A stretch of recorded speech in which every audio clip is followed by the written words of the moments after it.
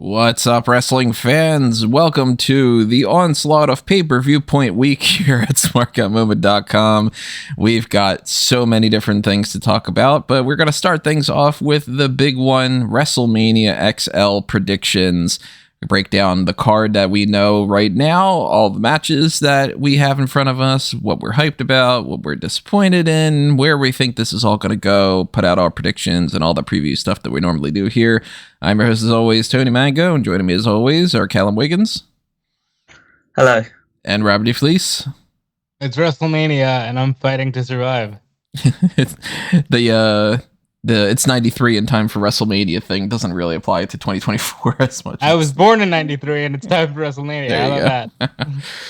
So, as per usual, of course, we not only want to tell you what we think about these things, but we want to know what you have to say about all these matches for WrestleMania and all of our predictions and stuff. So, we want you to drop your thoughts in the comment section below on YouTube. And while you're over there on YouTube, make sure you click on all the good buttons you can see on there on your screen.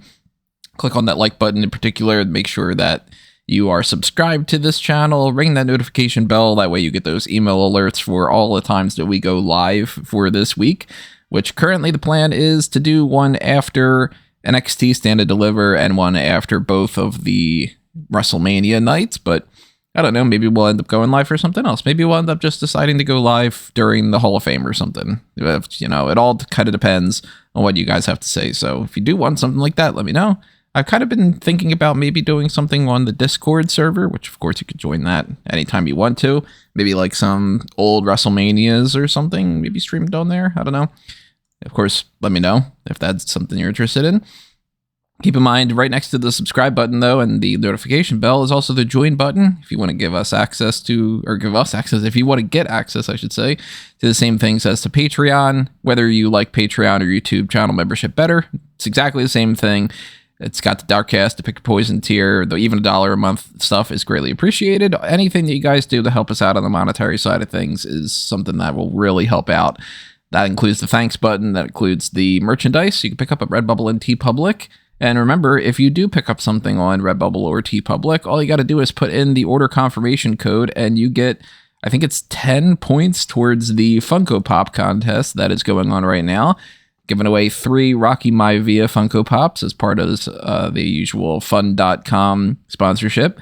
So if you want to win one of those, you still have some time. There are lots of different ways to enter that, not just through the merchandise buys, but you can just share things on Twitter. You can just double check that you are subscribed on YouTube. You know, there are lots of different methods and many, many times that you could do that stuff too. There's almost no limit to how many times you can enter the contest. So if you want that Rocky Maivia Funko Pop, or maybe even multiple, I don't know, maybe you could in all 3, then go ahead and do that while you can. Also, vote on the Smark Madness tournament that is happening right now. We are on the finals. Is John Cena or Roman Reigns the true WrestleMania main eventer? That's what you are determining. So vote on that, because that ends in the next few days or so. I'm thinking I'm probably going to end that right after WrestleMania or so. And keep in mind all the other stuff that we normally have going on here, like checking SmarkOutMoment.com and FanboysAnonymous.com and stuff. But we've got a lot of matches to break down, so let's start getting into this.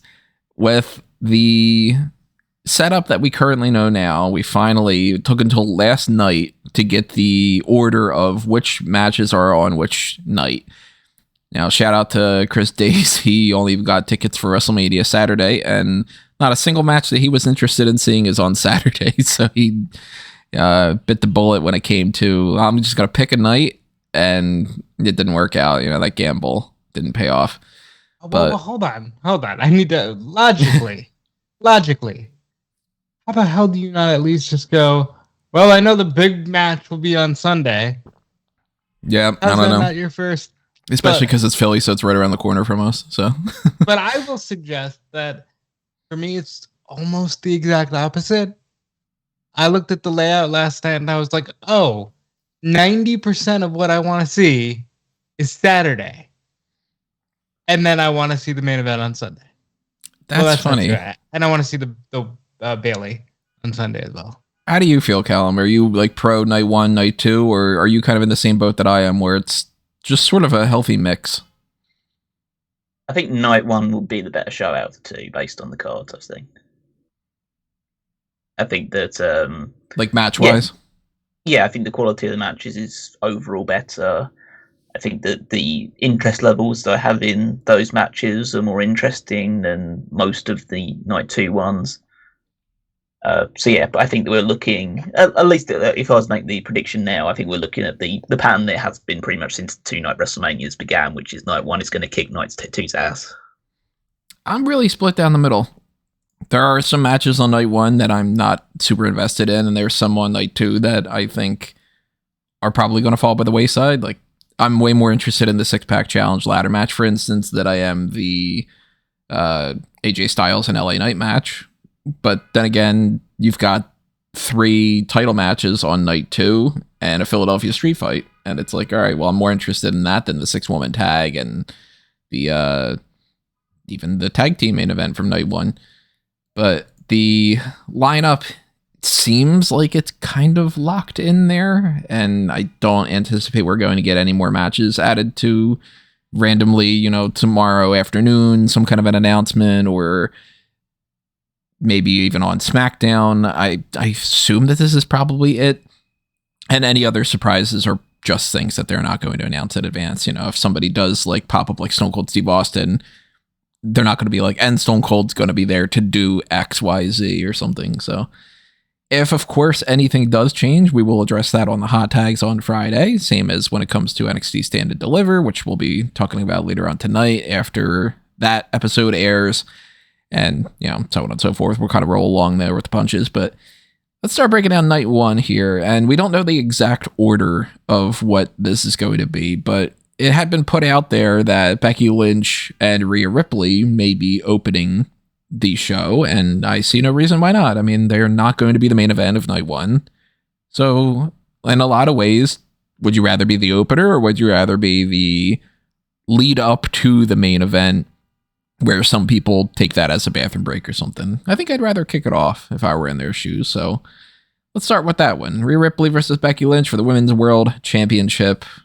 I don't think we need to really break down exactly how we got to the point of all these things, which, if you don't know the whole backstory behind these matches, go check out the WrestleMania Crash Course post that I put up on wrestlingnews.com, where I explain all the things of like, hey, this dates back to X amount of years ago, and this led to this, and that led to that, and so on and so forth. But Becky and Rhea was something that was a long time coming. They had lots of stare downs over the course of the past year after, the draft had been settled and all. And it just seemed like, okay, that's probably where we're going for WrestleMania. They put everything on hold, came back around to it later on after that NXT stint that Becky had, and Rhea doing a whole lot of nothing for a long while, and then eventually just getting back into the swing of things. But she is currently injured with her wrist, which isn't a good sign for necessarily being able to come out of this as the champion. And I am hoping that Rhea Ripley retains, but I think the logical answer is that Becky probably will just win that championship, and we might see this as the first of 2, if not 3, downfalls of the Judgment Day for this pay-per-view. But I'm not entirely sold. I'm still kind of 50-50 on it. Where are you guys on this? I'm very 50-50. And I think I get more 50-50 when I factor in the idea of them potentially kicking it off. Which, by the way, Becky Lynch has said that she wants to kick it off. And I know last time they did that was when Drew McIntyre was like, yeah, I want to do the first match on WrestleMania because the fans are back. And they were just like, perfect, because you're not getting the main event. Yeah. So I think we'll get that here. But also, Becky's been really candid throughout this massive media tour of being like, I don't need the belt. So to me, that says, don't give her the belt then. And I think Rhea Ripley might get the win. Give it to Bob Holly instead. He's got an idea. I even think Bob Holly can't be women's world champion at this stage in the game. I'm probably. I'm leaning more towards Rhea retaining. I think that she's the kind of hot hand at the moment, even though she's been champion for a year at this point. I don't think that they've really tapped into the full potential yet. I don't think this feud has been built up enough to realistically have the title change happen, albeit like doesn't really matter if the build is that bad as long as if they're aiming on making Becky the champion. But I think that Rhea is a more sustainable option at this point in time. I think that they could give her the kind of female Roman Reigns treatment and hold her, and she'd be holding it up until next year's WrestleMania. I think it kind of depends on the longevity of what they have planned for maybe even Bayley and Iyo factoring in there, because if Becky doesn't win the title from Rhea, the next thought basically becomes, well, then who could? And a lot of people out there would be like, okay, that's Liv Morgan's spot. And a lot of people out there would be tossing out Jade Cargill or something. But my brain goes to, I'd rather Rhea retain over the next year and then have Rhea versus Bianca at WrestleMania next year. And I think that there's a realistic path to get there. And then I think it becomes most dominant women's championship reign of all time, sans Moolah, against undefeated at WrestleMania Bianca. And I think I'm going to go that way. I think I'll say Becky Lynch loses for sure. And if anybody's questioning, too, the idea that if you start off WrestleMania with a heel champion retaining, Rhea's not in the same heel spot as a lot of other champions.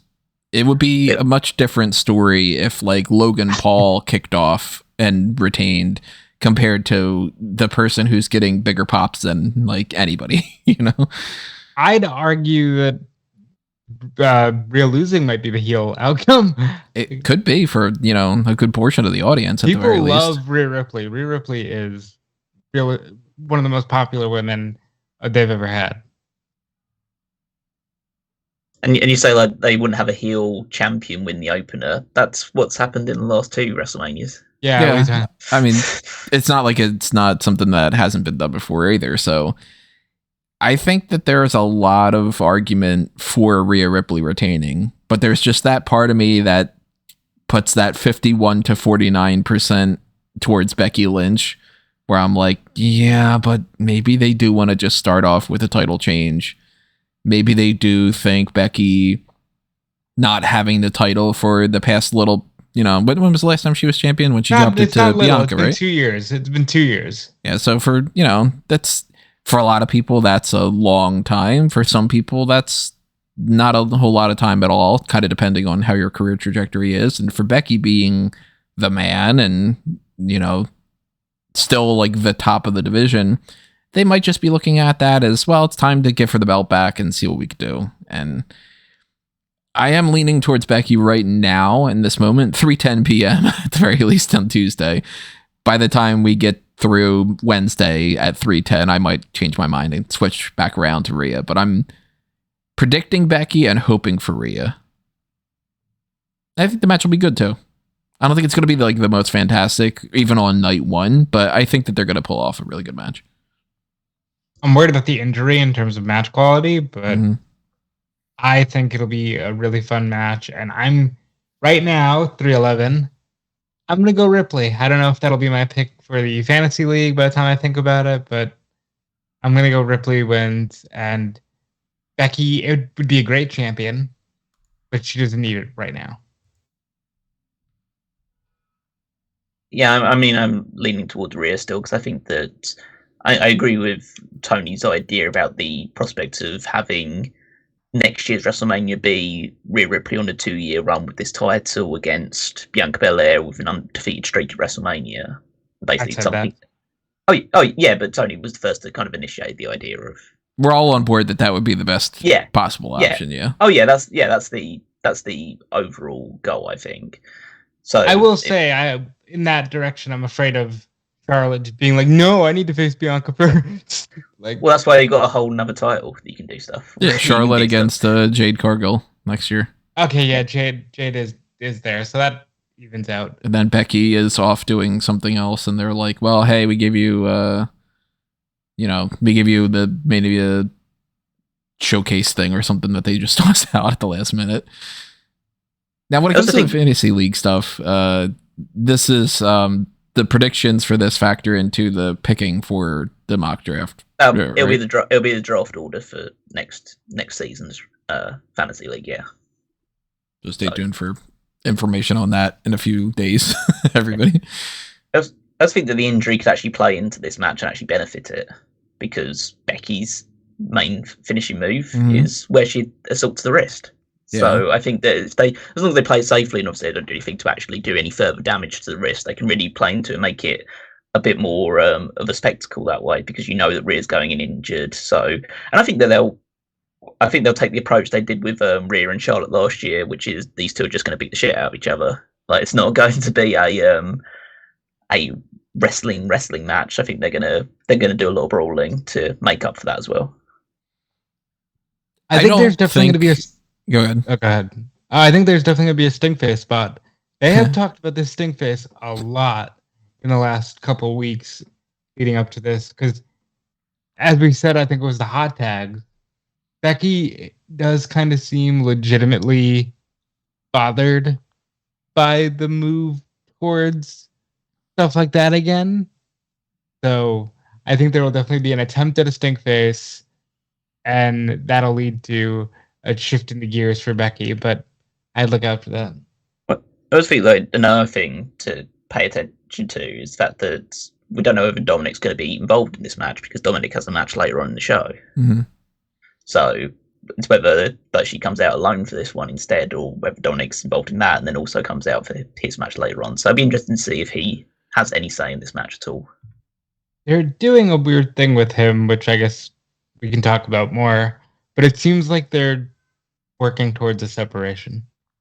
I think there's more of a chance Dominic pops up in this match than Rhea pops up in his match, at least. Oh, yeah. Rhea's not popping up in that tag match. I could see a scenario happening where Dom pops up here and he either doesn't help or he maybe costs Rhea something, maybe the match itself. And then they have like a little backstage segment where she's like mad because she dropped the title and Dom didn't help. Because they are seemingly hinting at this whole split idea. And that could be a reason why we don't see Rhea help out in the ladder match or Dom's match or any of that. It wouldn't shock me if Judgment Day is no longer a thing by Monday. Like, just everybody splits and goes their separate ways.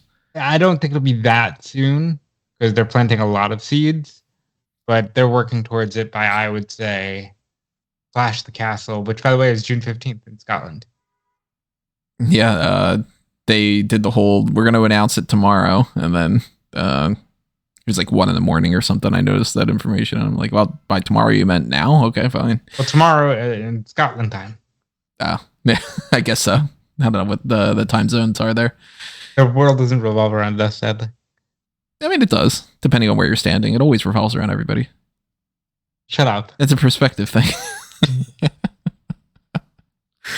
So, as far as the Ripley Becky Lynch thing goes, I do think that that's going to be the opener. And then, of course, the rest of the matches that we're just going to talk about here for night one, it's just whatever order. So, we were just talking about Dom. And I didn't think that this was going to be the setup that they were going to do here. When we started to get this build of Rey Mysterio and Santos Escobar splitting from the whole Logan Paul brass knuckles thing, and Carlito being brought in, and Dragon Lee being on the sidelines for up until like last week, which was kind of strange that they never made him a full-fledged member until then. But when they had this challenge issued, Rey is standing next to Joaquin Wilde, Cruz del Toro, Zelina Vega, and Carlito. And he says, I challenge you, Dom, and you, Santos, to a tag team match against me and a partner of my choosing. And the fans start chanting for Carlito. Yep. And it's pretty obvious that, like, yeah, if he's just sticking around with that crew, you're not going to just be like, and I pick Cruz del Toro. Because it would be like, well, what? Why? I like Dom's little thing where he's like, what, the guy with the hair or the non-Latino or what did he call Del Toro? He made some kind of like height joke or something, I think. But now he says Dragon Lee, and my brain immediately goes, oh, okay, Carlito's going to turn. And I don't know if that's the plan. If they thought maybe that could be like a slight kind of thing, like the way that Santos was upset that Carlito had got brought in without him being brought into the mix and consulted on there. Because they're doing that with the Judgment Day too, with this whole, like, you're not consulting me to bring other people in here. And there's a big crossover between Dom being a part of the Judgment Day and working more so with the Legado del Fantasma crew at WrestleMania, and then trying to bring Andrade in when Andrade is in the Andre the Giant Memorial Battle Royal. So I'm starting to think we're looking at a split here between Carlito leaving the Latino World Order and Dragon Lee being like his de facto replacement. Dom possibly being a part of Legado del Fantasma going forward, and maybe Andrade being a part of the LWO and them kind of doing that sort of a thing. I'm getting a lot of steps ahead, of course, though, because this could just be as outright as we didn't really have anything else to do, so we just figured we'd throw Dom in there, and we just figured we didn't want to do LWO versus Legado. We already have the Philadelphia Street Fight. Let's just do a tag match or something. But me thinks there's something up. Me thinks, really, why I went with that. When I some fucking The Hobbit or something. I'm imagining that there might be more to this than just a straight up tag. If it is just a straight up tag, Rey Mysterio and Dragon Lee probably win. But I'm going to lean towards maybe there's a Carlito heel turn here, and Dom and Santos win. I'd like Dom to pin his father. I think, since there's zero build to this, by the way, they decided to do a singles match between Rey and Santos on SmackDown, which you could have done at Mania, and then you had Dom get involved just to kind of go, hey, do that match. Which I messaged Tony that, like, this reminds me a lot of the old school WrestleManias where it's like, all right, you got the 2 main event matches, and the rest of the card is whatever we decide randomly. And, you know, I think this would be a fun win for Dom. And I don't think we need to see any turns. I think it's awkward for Carlito, especially when it's like, if the fans are into him, man, just put him over. Like, just use him. You know? He is the odd man out, though. If you look at, like, Del Toro and Wild can offset Angel and Humberto. Zelina and Elektra balance each other out. Carlito's the guy that, what else is there for him to do? Unless Andrade does pop up and he pops up as part of Legado, maybe. Which he's currently my pick, by the way, to win the Andre. I don't know about you guys, but I think that's going to happen. So have predictions for that one, too. Who do you think's winning the Andre? Okay, real quick. Omos. It could be. He's big. We need anyone else to win this thing for. It doesn't matter. Let the big guy win. Anyone stand out to you, Callum? Ricochet, I think. Yeah, it could be like pretty much anybody, because we all know by now. He's not big. No, but he's been beating a lot of big guys. He beat That's like true. I didn't hear Raw, so like I think that they're building him up. When is the hologram AI Andre the Giant going to win the Andre the Giant Memorial Battle Royal? Next year. I hope so. So about the tag match, though, I do think we're going to see some involvement outside of just, like, you know, Zelina and Elektra fighting ringside and stuff. But my brain goes straight to Dom and Santos with the Carlito thing, but I might be looking too much into that. How you feeling about the 2 different teams? Which one's going to win, Callum? I mean, the match itself should be... I'm hoping the match is they go full lucha mode in this one. I hope that it's not just your standard, like, North American or WWE style tag team match. I hope they go a little bit more out there, considering the 4 guys they've got involved in this.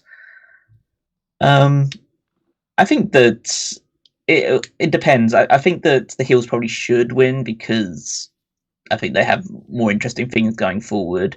I mean, I can see it if they do decide to go with the idea of ending Judgment Day fairly soon. I can see it more being less of a ending of the Judgment Day and more of a hostile takeover from the Latina contingent or Latino contingent, should I say. Just have like Santos Escobar, Dom, Andrade, have Rhea Ripley involved in that as well. Just take it over from some of the other groups, and then there's like a split between Judgment Day between kind of like the more OG side of it with Finn Balor and Damian Priest, and then this Latino invasion that comes in from the other side. The one thing that I have been looking at to see, like, to just double check, is that suspiciously Bad Bunny doesn't have any. I don't think he's performing on that date in particular. Maybe I'm wrong.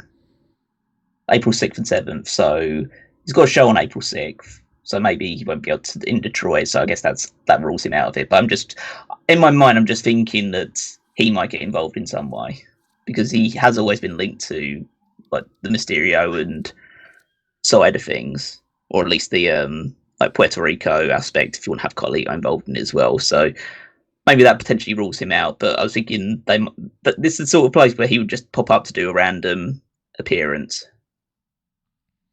They are supposedly reaching out to a lot of other celebrities. We know Lil Wayne popped up on Raw to be like, oh, I'm going to be there for whatever purpose he's going to be there. Do you guys think that they're going to keep the whole Meek Mill thing with what's going on right now with the whole? Well, I mean, they've aired it, so yes.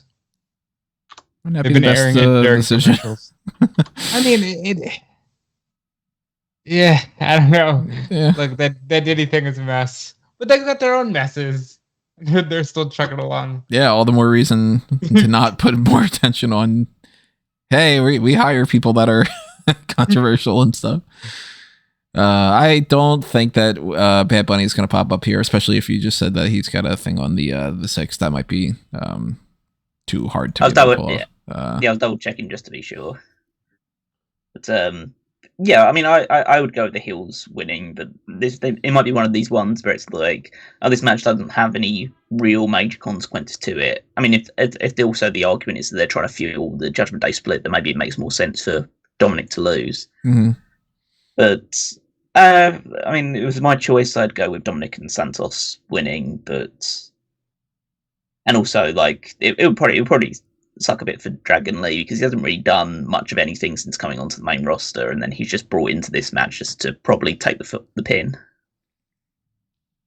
I'm pretty heel heavy on my predictions. I'll say that in advance, but as much as I 3 minutes ago was like, I think Dom and Santos, I'm starting to now convince myself that it's just Dragon Lee and Rey Mysterio, because you're right, like there isn't anything on the line here.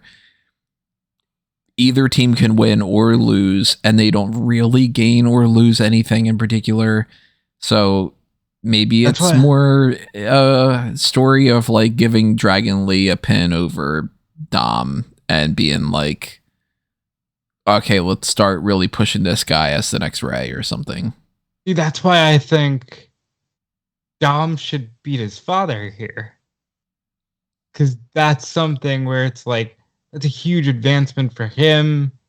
He's the only one in this match that has been consistently pushed throughout the year. I think he deserves to win. And it would play into the fact that, quite frankly, he's randomly just gotten some big balls and is like, yeah, I'm bringing in Andrade, and by the way, here's Judgment Day, here's Legado. Like, he seems to be getting too big for his own good, and I think a win here would help him get even more delusional.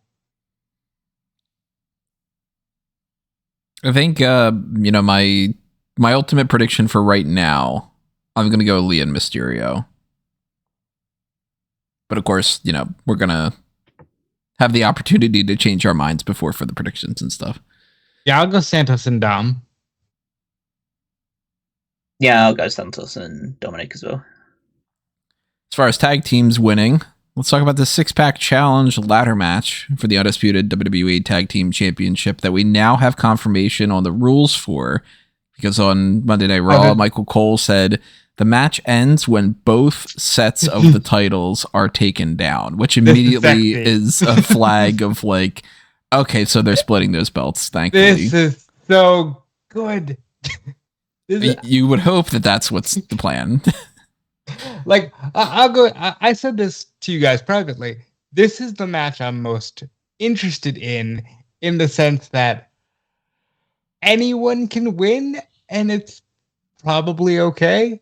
So it leaves a lot of, what do you do here? And I think the only thing I'm sure of is that Judgment Day ain't walking out with shit. Yeah. I'm not even sure that the teams that are on the respective rosters are going to win those belts. Like, A-Town Down Under doesn't have to grab the SmackDown tag titles. They could grab the Raw ones, and we could get, like, DIY grabs the SmackDown, and we get an impromptu trade. I wouldn't mind that, honestly. And then you think about some of the other teams in there. I'm kind of sentimental about New Day. It's been a while since they've had anything, and I'm kind of like, be okay if they were champions for a couple months. I'm okay with anybody winning these belts. Same, except for Awesome Truth. Please don't put the belts on Miz and R-Truth. You have a chance to do something really cool here. I'm okay with them winning too. I don't think that they would have a super long title reign and maybe like Creed Brothers or somebody ends up beating them or whatever. But like across the board, the only thing that I would be disappointed in is if the Judgment Day grabs both sets of titles and they just keep holding both sets of titles. I want them to split it. I want a new title design. I hate these belts. Whether they rename them or they keep them the Raw Tag Team Championship and the SmackDown Tag Team Championship and they just, finally swap out the stupid Sentinel head thing or something. I just want them to do something like that. And I think that they've set up a perfect way for that to happen. So if it doesn't happen, I'm going to be completely shocked. But New Day winning either belt, cool. New Catch Republic would be like my second least favorite option, but I wouldn't be opposed to it. But I am leaning towards, I think that Awesome Truth a few weeks ago had more momentum. Yeah. And they've kind of just not really been as much of a focal point. And that's okay. So there's a part of me that says maybe they've lost enough luster that DIY stands out as the main Raw team, and then Austin Theory and Grayson Waller on SmackDown. And it could be just as simple as that. Like the Raw team wins the Raw ones, SmackDown team wins the SmackDown ones. It could be that they have other plans in mind, but I'm currently kind of leaning towards that. I think that DIY will grab one set of belts. Theory and Waller will grab the other ones. I am leaning towards my wish is that DIY grabs one and New Catch Republic grabs the other, regardless of how you want to divvy that up. My feeling is that Theory and Waller will grab one, and the other one will probably go to friggin' Awesome Truth. I'm fairly confident that Awesome Truth are going to get one set of the belts. More than likely. Because even though they've been called down completely, they'll try and ramp it back up by, giving R-Truth and Judgment Day the award for Feud of the Year or something at the Slammies, and then the crowd will just be super into R-Truth. Oh, that's right. The Slammies are taking place this week, aren't they? They're Sunday morning. Wow, well, that's fun. Yeah. And then like the crowd will be super into R-Truth and everything that he does, and the Miz will just be there, which is kind of what the dynamic of their tag team is. So R-Truth will climb up and get one, unless they decide to do something silly with the idea that R-Truth climbs up to get one and then forgets how ladder matches work or something. Nah. So when I didn't know the rules of this, like when I thought it would just be somehow, only one team can win the titles, my assumption was somebody else will grab it and then they'll drop it and R-Truth will just happen to catch it. Like what Otis did with Money in the Bank? Yeah, but even like less, even more deliberate than that, where it's just like, all right, Theory and Waller got it and they're celebrating and they drop the belt. Oh shit, R-Truth is the tag champion, like Well, it's weird that like they have the option with R-Truth that they can play into his crazy character positively or negatively. And that could be like Truth grabs the Raw tag titles and jumps off of the ladder. And then it's like, yo, what are you doing? The other two titles are up there. And then that gives enough time for the other team to grab the other ones. And then that's how they get the split. It depends on if they want to do a funny split or if they want to do like, say, Theory and Waller are on one ladder and Awesome Truth are on the other ladder, and they're all punching each other, and then they both grab the two opposite sides, and it's like, oh, we've got a conundrum here. I guess we're going to sort that out later. If they go serious, I think that DIY does stand a good chance. But if they just want to go with like Truth is the reason why things split up in a weird way, then by all means, R-Truth is going to be the deciding factor here. Everybody talks about finishing the story, you know. DIY winning a Triple H booked WrestleMania is as close to finishing the story as these two guys are ever going to get. I really think you should just give them the belts because they'll never have. What are they really going to do? It seems like they've given up on them as singles. Based on what again, I haven't been watching fully, but based on what I've seen this year, I think they've pretty much given them up as tag team as well. Yeah, you wouldn't be wrong either. That's a sad thing. Because I in an ideal world, I would have New Catch Republic win one set of the tag titles because I think that they'll have a really good run as tag team champions. But realistically, if you are going for whichever one of these SmackDown teams is more likely to win the SmackDown set of belts, it'd probably be Austin Theory and Grayson Waller. And then Awesome Truth would probably win the Raw one. And that would be like kind of disappointing because they'd probably be the two worst teams from my perspective in the entire match, and they'd be the ones that would end up walking away with the tag titles. But that's what I kind of see happening just based on the way they've been portrayed so far. I think that, again, a draft is likely to happen pretty soon after WrestleMania, so they could switch things around. I imagine that very soon after this, they're going to change the structure of the tag title, so it's no longer Raw and SmackDown. It will be a WWE Tag Team Champions and a World Tag Team Champions, similar to what it was before. So you don't have the way it should be. Yeah, and they'll introduce new designs for those ones, which will probably be very similar to the singles titles, both the men and women. Yeah. I always say that. Like, I don't like how it's the WWE other than the world, but, you know, that's what it is. It sounds way more prestigious than I'm the champion of WWE Raw. It's like, okay, who cares? I'm the champion of the world. That just sounds better. To me, it just sounds always like I'm the global champion while I'm the universal champion, while I'm the galactic champion, while I'm the star system champion. Like, all right, out of that scenario, would you not want to be the star system champion because it's the biggest? I'd rather be the universal because that's the biggest. But you prove my point. But then when somebody else is like, "Well, I'm the multiversal," then you're like, "Oh, fuck you," then, you know. But I do think that if you look at like the simple nature of it, could just be like Theory and Waller win for SmackDown. They hold those SmackDown tag titles. They feud with New Catch Republic as their first feud going up forward because it's like, well, we were in that match as well.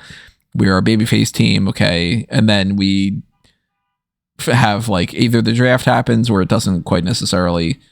And you've got like the Street Profits and you've got, you know, the potential of other tag teams, of course, you know, in the mix too. But one thing that I think is very confusing is Dave Meltzer seems very adamant that he's like, nope, they're getting pulled from this match and Pretty Deadly's being put in. I don't know where the hell he's getting this idea because nothing at all has been hinting toward that. Or at least nothing I've noticed. If anyone was going to get pulled from anything and anyone was going to get added, I just want the Machine Guns to have a WrestleMania moment. But I know they're probably going to AEW. Yeah, if Meltzer says it, there's probably some truth. The idea that they're at least thinking about it, or maybe there was a run sheet of old and it had Pretty Deadly on it. Maybe they decided not to go with Pretty Deadly. It could be that simple. Yeah, could be that they were planning on having 7 teams involved, and it was going to be Pretty Deadly and New Catch and A-Town Down as the 3 challengers on SmackDown, and then the 3 challengers on Raw. I mean, it is fairly surprising from WWE's usual approach to like tag team matches where it's like 2 big single stars against the established tag team. They usually have the single stars go over. So it was a bit odd to see Pretty Deadly beat Kevin Owens and Randy Orton last week on SmackDown. Admittedly, with like Logan Paul interfering. I know we'll talk about that match like when we get to night 2, but there may be something the fact they're heating them back up to get into this match. But I mean, just talking about the actual match itself, beyond who potentially walks away with both sets of titles, 12 men in a ladder match is like, it could be really exciting. I'm sure they've put a lot of good things together for it, but it could be an absolute mess. That's if nobody is on like the outside of it too, because they could have Dom, they could have technically they could have Rhea as well. JD McDonough, yeah. Like JD McDonough more than likely is going to get involved in at least one of these things. Either he's going to help out Dom, since they kind of seem to be like the 2 that are paired off together, or he could be the one that's thrown in here and he gets tossed off a ladder or something. But that's adding, a 13th person to there, and that's a lot of people. Like, we think that the Money in the Bank with 10 people is a lot. You're gonna add a few more to that, and you've got 2 sets of belts, and this could be. It just means that every punch is gonna keep everybody down for 7 minutes. Like somebody, Tommaso Ciampa is going to do a DDT to Pete Dunne, and he's going to be out for 8 minutes. And I'd guarantee you one thing that happens in this is that even though they've explained how the match works, stipulation is, as soon as one person brings down one set of titles, the crowd is going to cheer like the match is over. Oh yeah, they're not going to know. Yeah, and then it'll magically keep going, and they'll just go, oh, I guess they're going for the other set of belts as well, and just continue on for that. But yeah, and also, like, not many of these guys, I'd say about, I'd actually argue not even half of them are what I'd consider traditional ladder match people. Mm-hmm.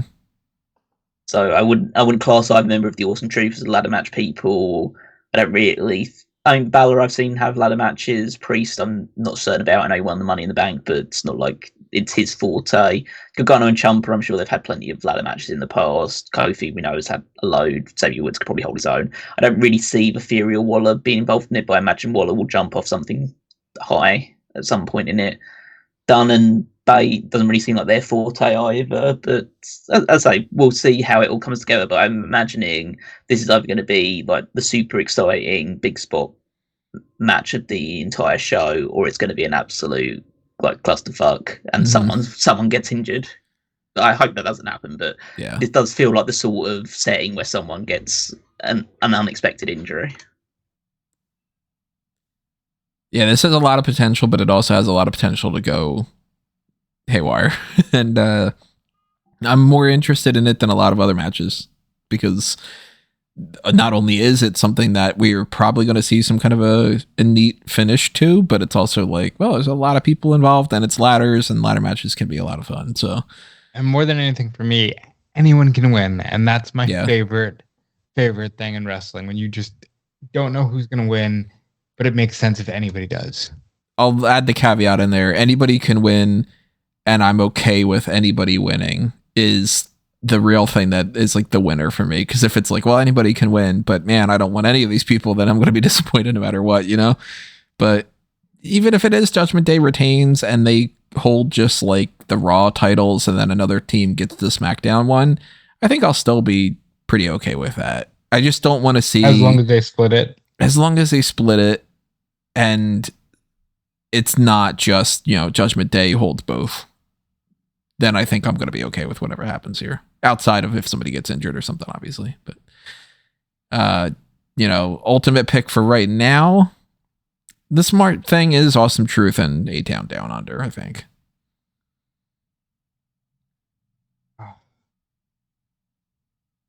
I'm going to say, my dream pick is DIY, New Catch Republic. I'm going to say Awesome Truth, A-Town Down Under.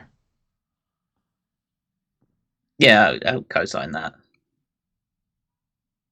you ever see that episode of The Office when they all order the same thing at the table because their boss does, and it's like he gets like I don't know like a medium steak and a baked potato on the side or something like that, just to say. And then people are like, I'll have a baked potato on the side and a medium well steak. I'll have a steak medium with a baked potato on the side. Like they just kind of, right then I was thinking that Rob was going to do something different. He's like, yeah, I think I'll go Awesome Truth and maybe A-Town down on.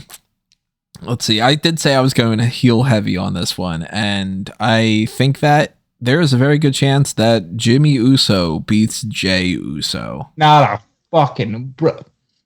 I think there's a really good chance that it happens because I think that one of the stories that you should tell is the Bloodline should win practically everything. And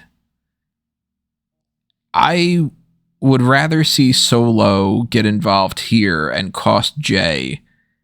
And then, actually, let's put a hold on this. Let's talk about this when we'll lead into the tag match. But I'll say this too. I am going heel heavy. I do think that there's a good chance that Gunther retains. Let's talk about that one first. Gunther and Sami Zayn for the Intercontinental Championship is not at all what they had planned. Now, they do need to pivot with a lot of things. This WrestleMania card is not what they had planned on January 1st by any means. Especially not, December something or other. But they're telling this, like, Sami Zayn's got to have the extra chutzpah from Chad Gable to teach him how he can beat Gunther and overcome the odds and really quiet those voices in his head that says that he can't do it and he's scared because he's going to lose and all. I'm not invested in it, and I don't know if this is my blindness to just be like, well, I'd rather just have Gunther win and move on. But I'm hoping Gunther retains, even though my brain is telling me Sami Zayn's probably just going to win. And it's going to be like, oh, man, that whole Gunther thing was just for nothing. And Sami's not the guy for that. He shouldn't win the Intercontinental Championship again because he's won it multiple times. It's a step back compared to him winning the Money in the Bank or something. Brain tells me Sami, heart tells me I want Gunther. I think this is another situation, first of all, like the ladder match, where regardless of what happens, I'm good with it. Love Gunther. I think Sami would make a great Intercontinental champion. He's never really been this champion in front of people. Like, he's never been the babyface fighting champion, Sami Zayn, in front of people, so I think that's a really fun story you can tell. Problem with that is this whole match revolves around Chad Gable. And when they did the vignette on Raw last night, where, Gable's training Sami, and Sami does the whole Rocky thing, I'm afraid, all right, I'm afraid. You want to hear me say it? It's like, all right, I know exactly what you should do. Sami Zayn should be Gunther, and then Chad Gable should beat Sami on night 2. Just have 2 Intercontinental Championship matches at WrestleMania. And then they did the thing where Gunther supposedly attacked Gable, and I just immediately said, oh, Gable's going to cost Sami the IC title and maybe join Gunther. Well, that didn't cross my mind at all, to be honest. Because I was just like, well, you didn't see him attack him, so maybe it's a ruse. Maybe they're in on it together. If for no other reason, then where were Ludwig and Giovanni last night? I feel like they haven't been around Gunther. And maybe they want to restructure Imperium or something. I don't know. But my brain right now says Gunther's winning, but I would be more than okay with Sami Zayn being IC champion. I would say that Gunther should win this match. I don't really like the idea of Zayn going into this off the back of losing and then failing to beat Bronson Reed twice in a row. It doesn't really. I know that's like the Sami Zayn kind of approach of things as being like the underdog going into all of these ones, but I don't feel like a loser, quote unquote, should be going in and beating the longest reigning World Champion of all time for in this kind of history making title reign. Shouldn't be ended by somebody who's barely scraping by as it stands, and his whole journey getting into this was that he just couldn't get into any of the matches that he really wanted to have at WrestleMania. So, yeah, I think that the story is kind of pretty screwed up from that perspective. That doesn't necessarily mean they won't change it. They won't change based on the fact that Sami Zayn does want to win another title, and it would be a feel good moment for him, and I'm sure it will make the crowd happy in the moment. But I mean, if we go by the perspective of what this should have been or what they wanted it to be, which would have been Gunther versus Brock Lesnar, I would have been pretty confident coming into this saying that Gunther was going to beat Brock Lesnar. Right. So I don't see why that would change now with Sami Zayn in the place instead. I think that Zayn would just be the person that Gunther beats on this show rather than Lesnar. That's what I'm hoping that they stick to their guns too, because I just can't see, like, yeah, Sami Zayn winning the Intercontinental Championship on most nights from most people, I would be totally on board with. He is a great talent. I want to see him succeed. I would be down for him being the Intercontinental Champion and having feuds with, all sorts of different people and all. But I just go, man, I don't want him in this scenario to be the guy that beats Gunther, because I want somebody who can really benefit from beating Gunther to come out with that belt. I want Braun Breaker or Chad Gable, or maybe, I don't know, you wait long enough and it's like Trick Williams is the guy or something, or, somebody who can level up. Whereas Sami Zayn's fought for the world title however many times. And if he won Money in the Bank, I don't think people would question him cashing in successfully. Of course, depending on who he cashed it on and how. But, like, he is above Gunther in some ways. Beating Gunther for the Intercontinental title and being like, oh man, it's my third or fourth time with that belt. Isn't this great?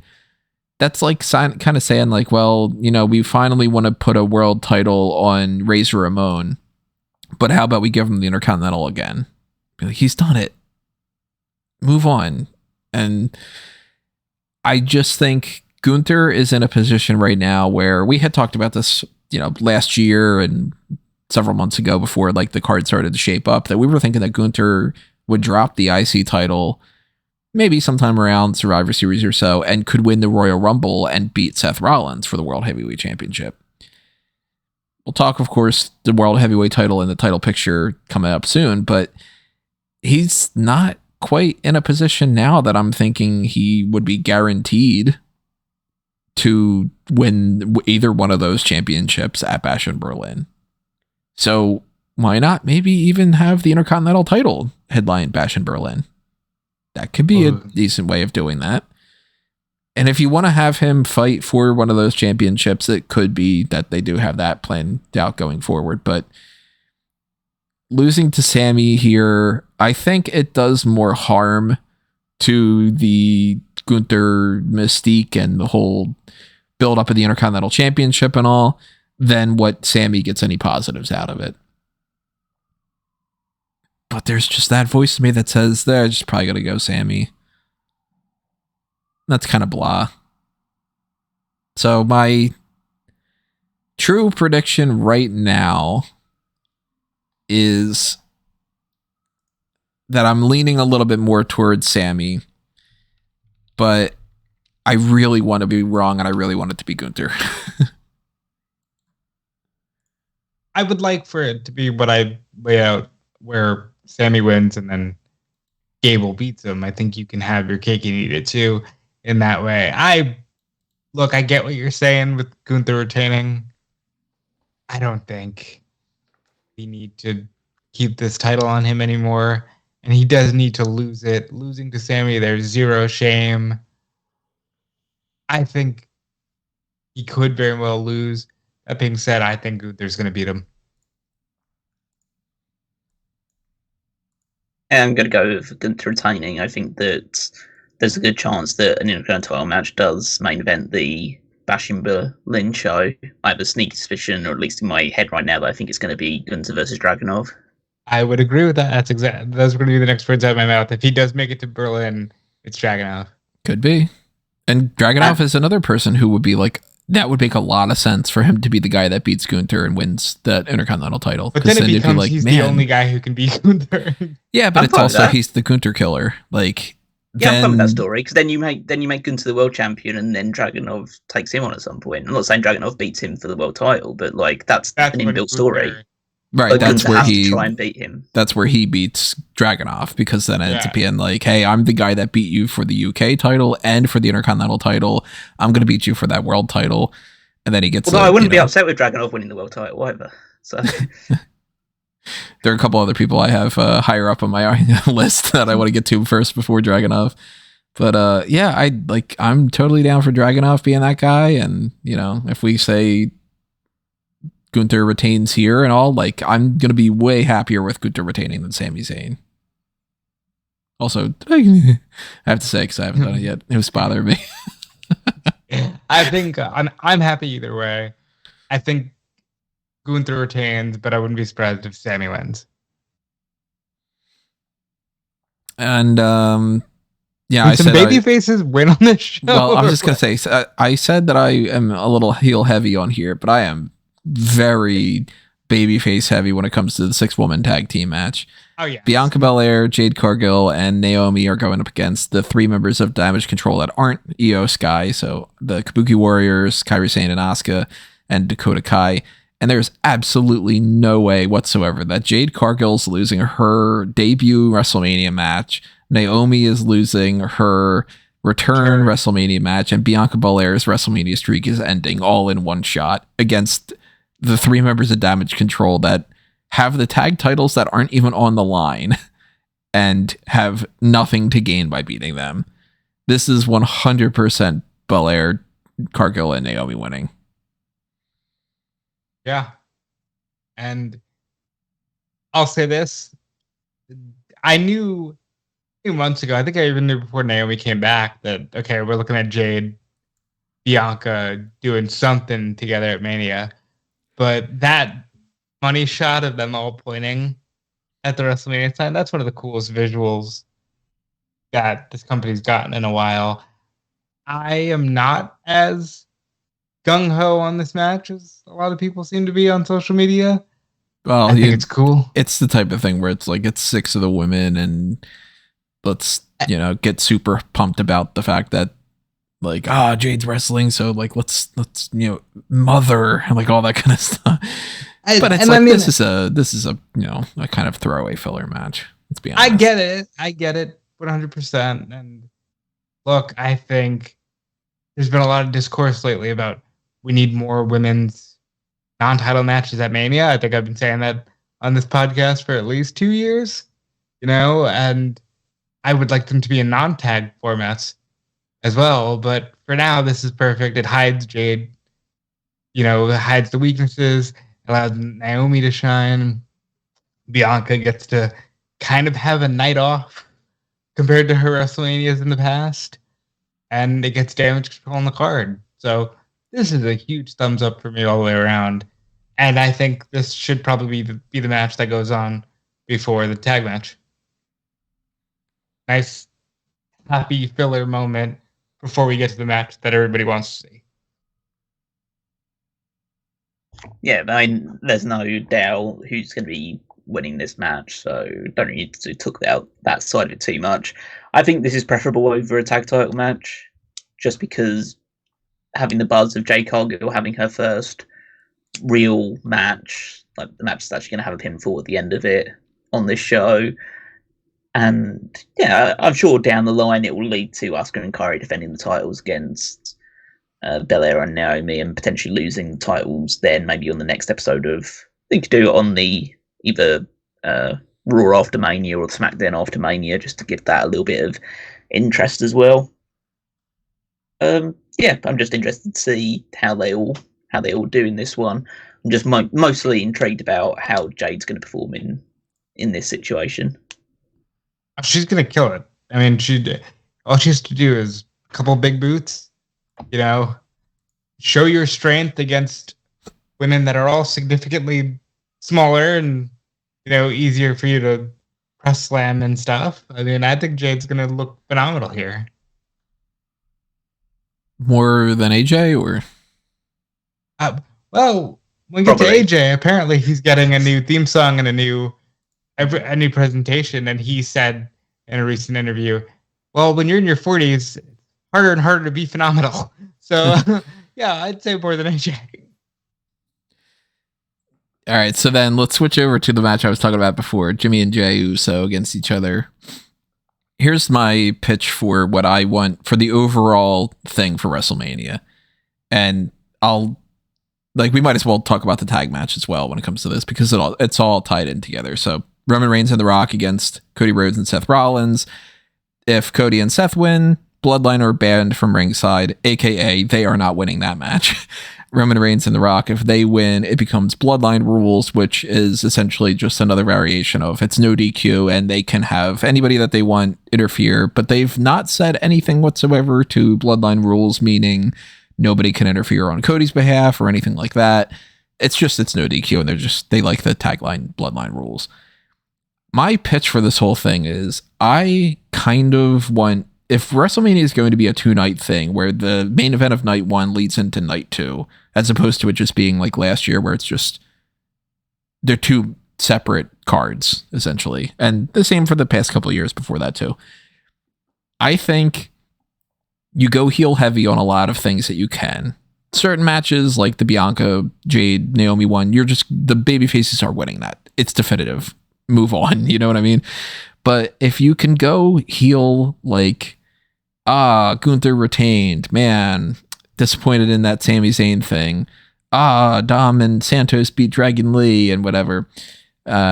Maybe even if they constitute the Rhea Ripley one, it's being that like, Becky Lynch failed and whatever. You go heel heavy to where the end of night 2 is that much sweeter. And Jey beating Jimmy does make sense in the sense of like, okay, he gets revenge on the guy that's been screwing him over for a couple matches recently, and Jey is the bigger star of the two definitively at this point. Jimmy could use the win though, and I think Jey's popularity means that he can take the loss here and it's not going to harm him whatsoever, especially if Solo gets involved. I would love to see Solo get in between these two and have a split moment of like, oh, is he going to be the deciding factor that's like, let's all 3 brothers set aside our differences. Oh no, he just hit Jey with the spike and Jimmy wins. And we know that there's going to be interference in the tag match. So have the Bloodline win both matches tonight. Well, night 1, I should say, not tonight. And then you go into night 2 being like, man, Jey lost. Cody and Seth lost. We know that Bloodline rules is going to happen. How do you bounce back from that? And then we'll talk more about that a little bit too. So I'm going to say Jimmy wins. And then, of course, Roman Reigns and The Rock win. Counterpoint. Jey is so over and Jimmy is so inconsequential that nothing else makes sense. It would really feel like, gonna sound heavy, but it'll feel like Fandango beating Jericho in a way where it's like, okay, you just did this because it wasn't the thing that people were expecting. Like, Jey should win. Moreover, Jey should win. Convince Jimmy that they just need to be a tag team again. And Jimmy and Jey, as they started to back in May, should be part of the downfall of Roman Reigns. But, for some reason, we just got Jimmy being like, yeah, I'm going to just side with Roman after I was the one who told you, let's leave Roman, Jey. Like, that whole part of the story doesn't make sense to me. So I'm going to go Jey beats Jimmy, And I'll say I would love for Cody to pin The Rock and then just pin Roman on Sunday. That's how I would do it. But that Bloodline Rules thing is too good to pass up. So I think we get a hell of a tag team match. I think we see Drew McIntyre. I think we see Jay, Jimmy, Solo. I think it's a mess. But I also think Night 2 is going to be a mess. But a mess in the best way possible. Because this road to WrestleMania has been fucking weird. But where it's been fun, it's been really fun. And I've enjoyed everything getting to this match. Once The Rock started getting serious. Yeah, maybe he's swearing a little too much, but I think it's been a lot of fun. Fuck no, you can't fucking swear too much. Goddamn shit. Callum, where you stand? So for Jay versus Jimmy, while I agree that Jay is by far and away the biggest star out of the two of them and should, by all accounts, really win this match fairly handedly, essentially every single brother versus brother tag match that singles match they've done so far at Mania has ended with the heel winning. Owen beat Brett, Matt beat Jeff, Jimmy's probably going to beat Jay. And that sort of build. And the only reason I would lean towards that as the outcome is that they've got a pay-per-view coming up next, and they'll do the rematch on that one, and that'll be where Jay beats Jimmy. So, you've always got to think about what's coming up in the next show, especially with the kind of quote-unquote lesser matches on the card. I mean, if it was up to me, I would have Jay win. And maybe I'll still end up going with that just because I am also quite heel-heavy in my predictions on this one. And it doesn't really matter too much to have Jimmy take an L in this one, especially if you have visions of Jay moving up the card, being like a challenger for the World Championship or Intercontinental title level, something of that ilk moving forward. But that's the only thing that I've kind of put in my mind is the fact that pretty much every other brother versus brother one, and they're kind of building up the fact that 15 years ago it was this match, and 15 years before that it was this match. They will have a similar pattern to them, so I wonder if they're just going to repeat that pattern here, because then the babyface would win the rematch later down the line, whether it was Brett beating Owen at SummerSlam or Jeff beating Matt at Extreme Rules following WrestleMania, so they could go the same pattern there. The tag match, I mean, this kind of it's one of the reasons why, like, when you said Dice wasn't that interested about any of the matches in that one. I don't know why, because this is the only match that's really been built up for WrestleMania this year. Is this tag match?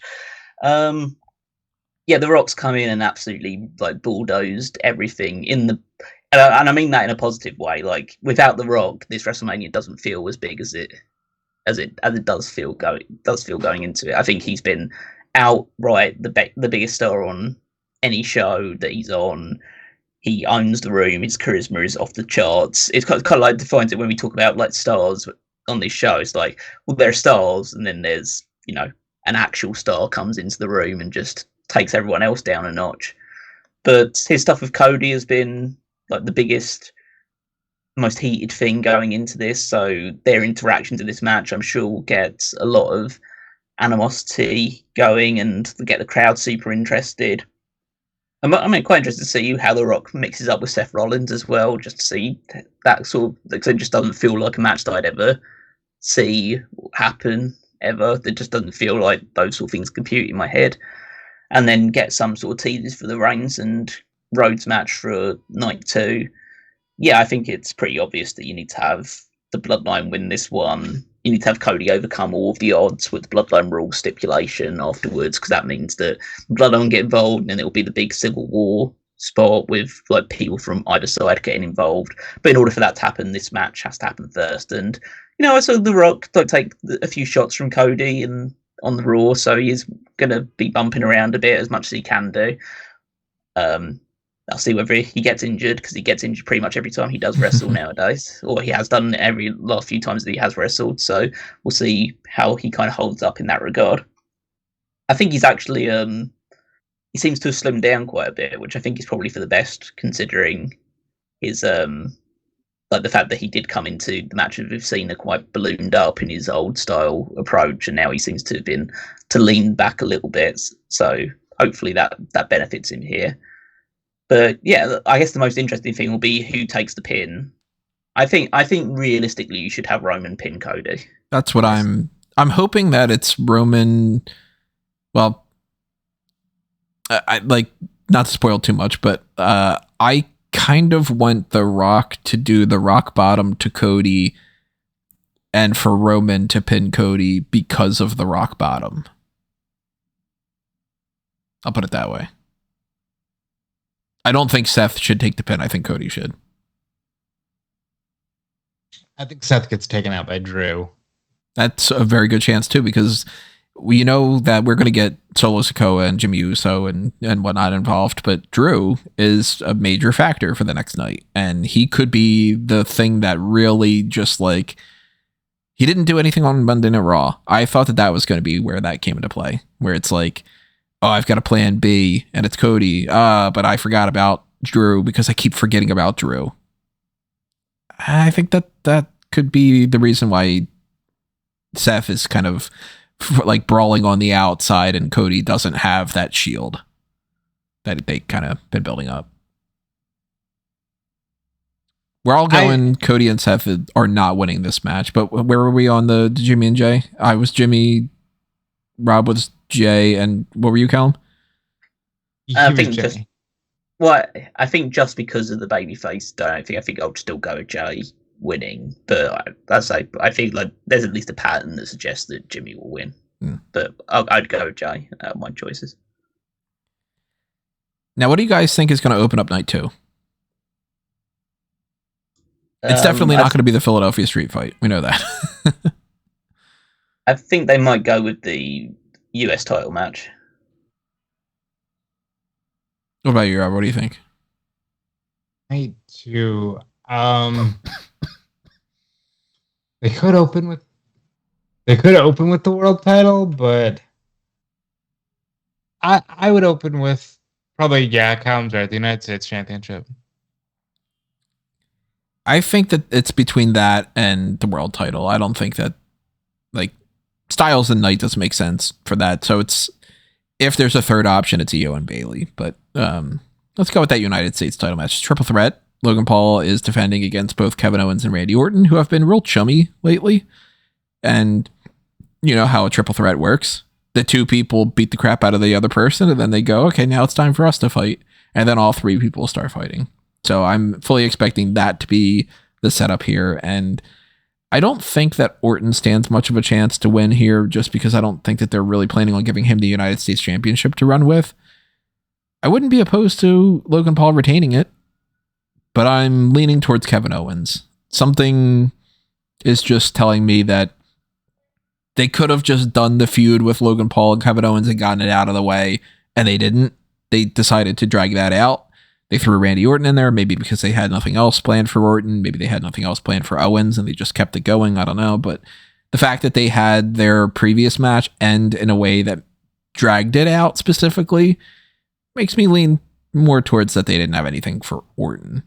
And Owens being United States champion is a good enough spot for him to carry that belt a little bit going forward. He could feud with people like, if they stay on the same brands and everything, because the draft can, of course, mix everything up, but he could have a feud with like a Karrion Kross. He could have a feud with Santos Escobar. He could feud with, whoever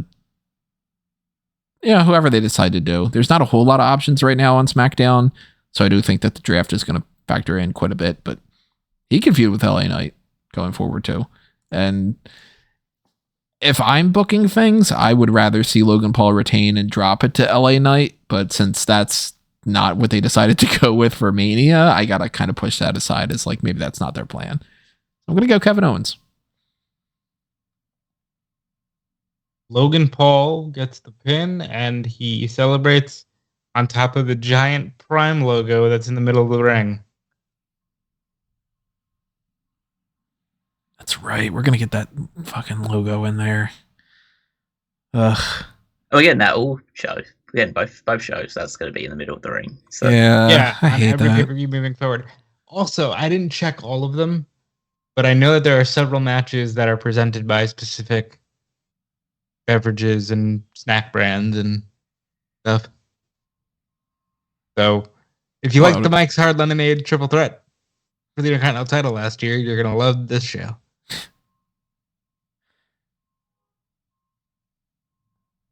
Yeah, Logan Paul wins. Yeah, I mean, I'm leaning towards Logan Paul winning as well. I think that Orton and Owens will kind of cancel each other out a little bit after they spend the first 3 or 4 minutes of the match just beating up Logan Paul. Logan Paul gets some buddies involved. Randy Orton can RKO somebody from out of the air in that regard. I think that Logan gets the victory. I think that, and again, I know that there was that involvement on SmackDown, but I think KSI gets involved in this to cost or to help Logan Paul get the victory in one way or another, whether it's sacrificing himself or doing something himself. I think that they could lead to like a tag team match at Backlash between Randy Orton and Kevin Owens versus Logan Paul and KSI. Where's Backlash again? France. France. What's the disdain in your voice when you said that? It's like, oh, it's in France. I love French toast and French fries, and I love other things French. That don't come from France. Shut up. French bread. So yeah, I would say that I would probably lean towards Logan Paul retaining. 2 for Logan, 1 for Owens. Kind of rhymes a little bit. Moving over to the LA Knight thing, since I just mentioned him. LA Knight versus AJ Styles. Non-gimmick, non-stipulation. Just a feud between 2 people that don't like each other that have been dating back to the Styles supposed to have his whole thing with Roman Reigns, and he gets attacked backstage. So then LA Knight fills in for John Cena, and then LA Knight gets the crown jewel match, and Styles is pissed about that. He even shuns the rest of the OC away from him, which does no benefits whatsoever to Michin, who just gets lost in the shuffle while the Good Brothers go to NXT. And the fact that they didn't go with a gimmick match here, I think, could be one of 2 ways. Either, number one, they just said, well, we have enough gimmick stuff already on the pay-per-views, we don't want to overload it. Or it could be that they don't plan on continuing this going forward. I could see Styles winning this and them having another match at Backlash, and it's like some kind of an ODQ type of thing. More so than just LA Knight wins, and that's the end of it. But it might just be that simple. And I think this is one of those matches that we're not going to really have much perspective on until at least like a week or 2 after Mania, where we're going to go, oh, okay, it's obvious that they did this because of that reason. But I kind of think that it's more so just they didn't really have anything else planned for LA Knight. They didn't really have anything planned for AJ. So they said, let's just pair those 2 guys up. It's a mid-card match. It's filler, and it's good enough. I don't give a shit about this match. That's it. Like, it's one of the kind of most matches of the card. Look, and I'm not like you guys have known me for like 6 years at this point. I'm not the kind of person who's going to be like, oh, we need to put more women on the card. But if we can have this match on the card, why isn't there just a singles? Why isn't Bianca fighting Tiffany Stratton? You know, like, why? Why is this the thing that they're doing with LA Knight and AJ Styles?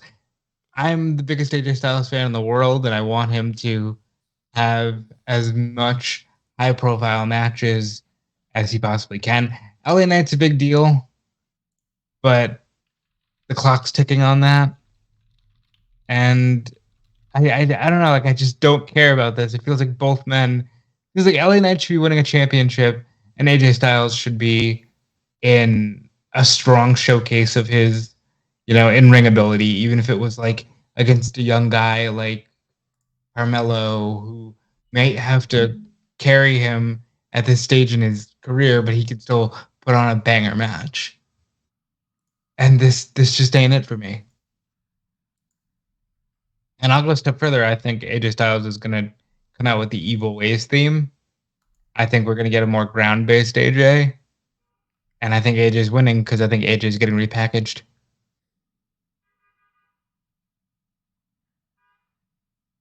Yeah, I mean, I can't say I'm particularly excited about this match in particular. I think AJ hasn't done anything that's super exciting or interesting in well over a year. LA Knight is, he's a great talker, but then the bell has to ring, and he's distinctly average. Yeah. So yeah, I don't imagine this is going to be. I assume Knight's going to try and go out there and have like the best match of his career, which is probably like the 100th best match of AJ Styles' career. Yeah. Yeah, I think it'll be a distinctly middle of the road, like 5 out of 10 style match. I guess the most interesting thing is what Styles' presentation is coming out of it.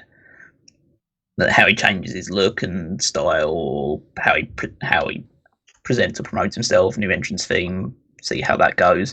But yeah, I think that LA Knight just gets the victory, gets to celebrate with the crowd, gets a big win under his belt before he moves towards probably a mid-card championship down the road. But yeah, I'd say that's what this is part of the reason why I'm not super excited about Night 2.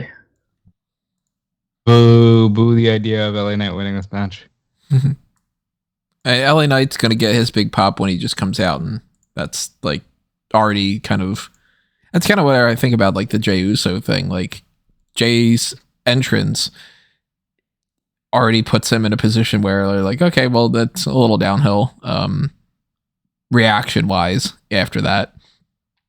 But maybe that is the plan, is LA Knight wins this, and that springboards him towards being the number one contender to Logan Paul if he retains too. Like, there's ways to go around this either way, but I am leaning towards LA Knight losing this.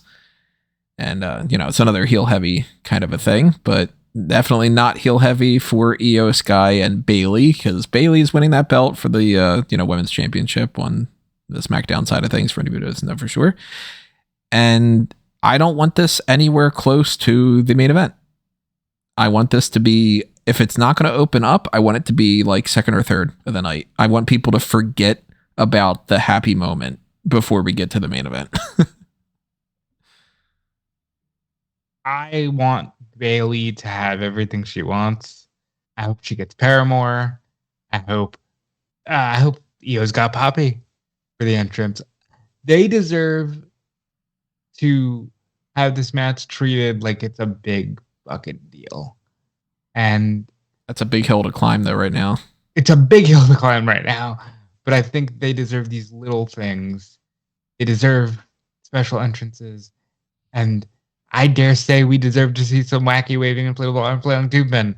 I think we deserve to see a lot of things. I really I'm hoping that maybe she goes back to that kind of Bayley. Yeah. I don't think it's going to happen, but like that would get a bigger pop for me. I don't think she goes back to it permanently, but I think we deserve to see them for the entrance.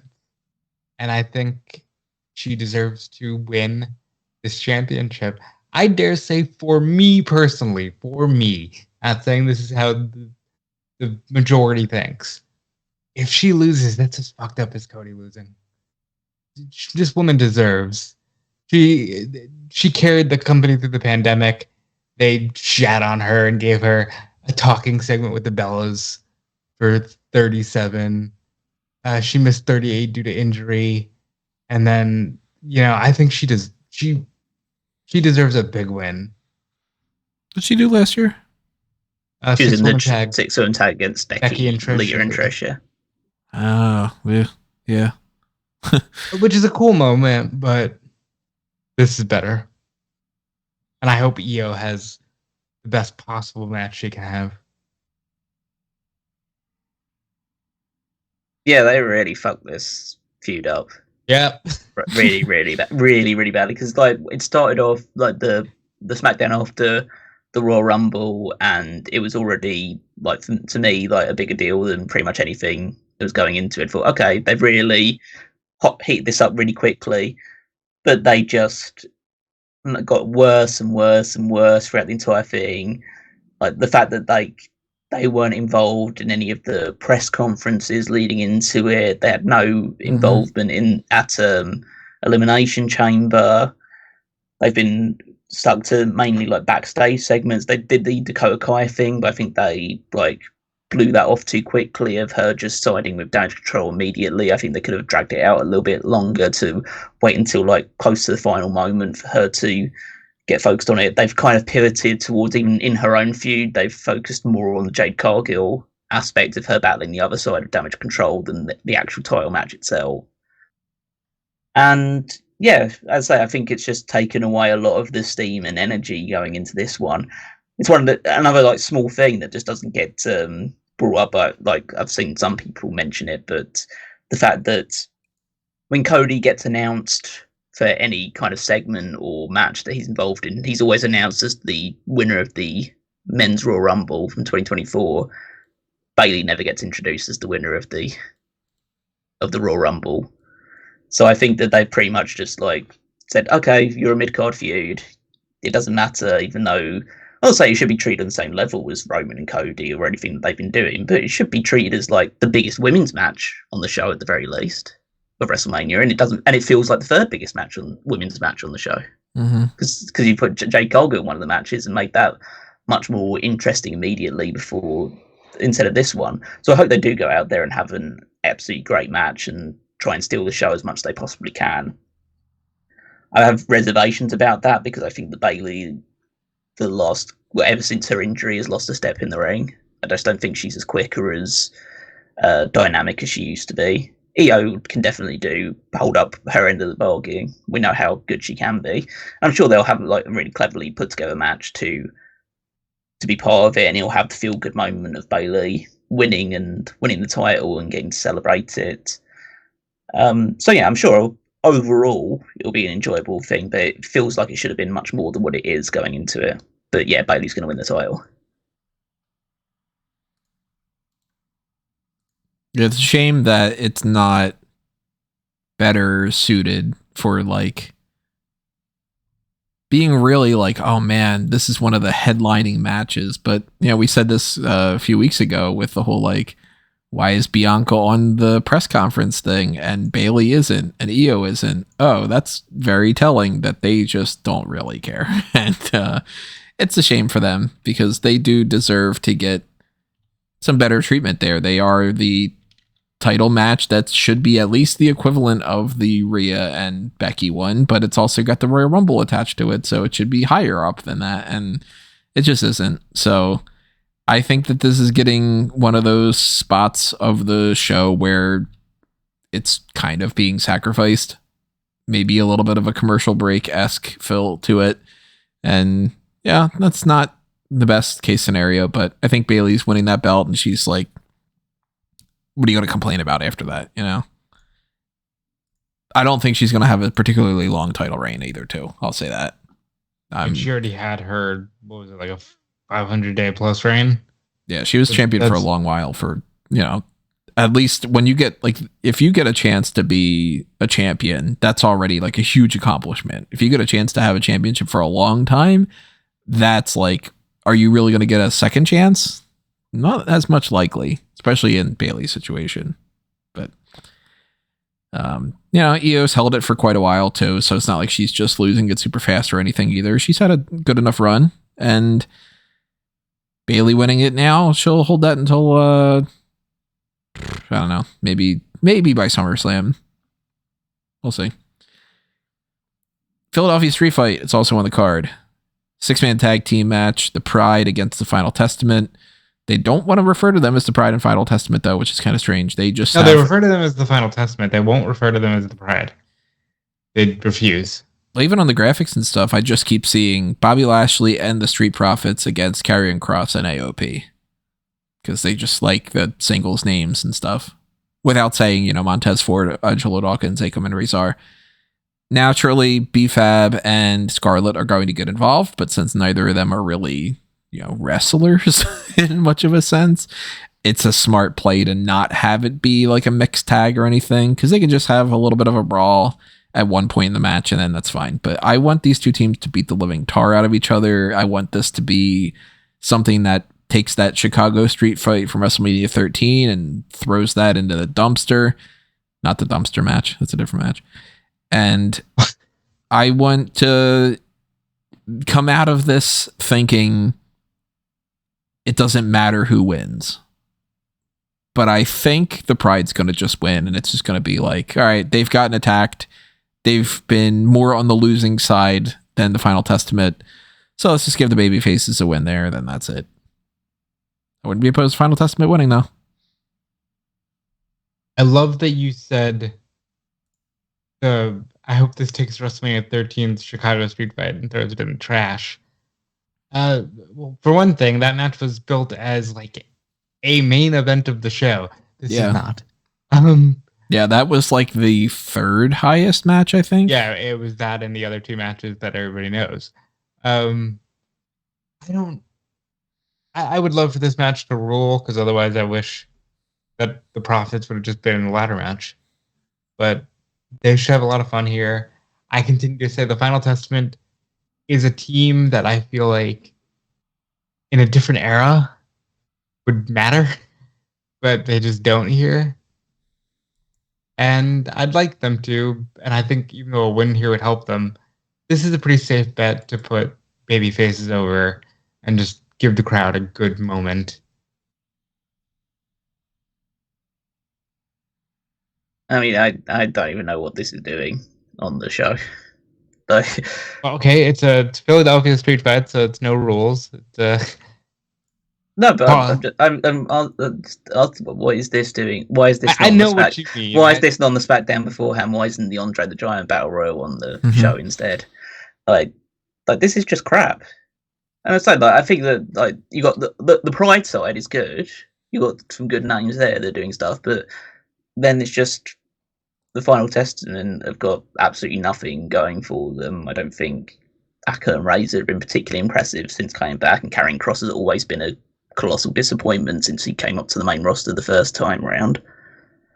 Yeah, I just don't think that this is going to be particularly good. I mean, you're saying like you want it to be like WrestleMania 13 style street fight vibes. I'm seeing more DOA versus Los Boricuas when I'm seeing this match. Yeah, I just kind of hope it is over in about like 5 to 10 minutes, and then the Pride probably win. This is a bathroom break match for sure. This is not going to be one of the big you need bathroom breaks in there, and those are fucking commercials that they insist on putting on my pay-per-views. Yeah, well, they're going to have plenty of that, so you know that you're going to be able to do that. But they still do usually book at least one match to be in a position where it's like, okay, we had promos leading up to this, and then we're going to have video package afterward. So it's a real big buffer, and I think that overall, this is the match on this show that's like, if I miss a little bit of that, it's okay for a lot of people. Oh, by the way, this match is presented by Snoop Dogg and Dr. Dre's Gin and Juice. Is it really? It is. Well, that's stupid. Not a fan of. Get used to the ads, baby. I hate how much the ads are. Yeah. So we got final two matches to talk about here. We've got the Seth Rollins and Drew McIntyre World Heavyweight Championship match that is kind of in a position where it could open up the night. It could be like the midway stopping point. I definitely don't think it should be the match leading up to the main event. Like, do this and then do Roman and Cody. The only way that would make sense to me is if they do something where they take Seth out and it becomes like, now Seth can't help Cody. But they can still do that earlier in the night too, so it's not like it has to be the match right beforehand. Drew winning makes a lot of sense to me. But I could also see a scenario where Seth retains and Damian Priest cashes in. I'm less likely to lean in that direction now than I was a few months ago, or even just a few weeks ago or so, because now Drew McIntyre's been killing it so much that I'm like, I just kind of want them to give it to him. And it's also a matter that maybe the whole contract thing can play into this. I don't know if I would give the championship to him if he hadn't signed his contract yet. There's a show in Scotland. That man ain't going nowhere anytime soon. More than likely he's going to sign if he didn't already, but we don't know for sure because we're not, behind the scenes. Here's the thing I wanted to mention, though, that I'm going to mention again with the Roman and Cody thing, and it's something I put a pin in from earlier. Injuries can always play into how things play out going forward. And when it comes to like Rhea Ripley having her wrist injury, well, is that going to be what means? What's the means for Becky to win? And that's like, well, Rhea gets some time off and she gets to heal that. Well, The Rock isn't going to be able to do too much in his match because he could potentially get injured. So are we going to put more focus on not having The Rock as involved? Hey, we can't really do a whole lot when it comes to, you know, let's just say like Seth having his injury stuff.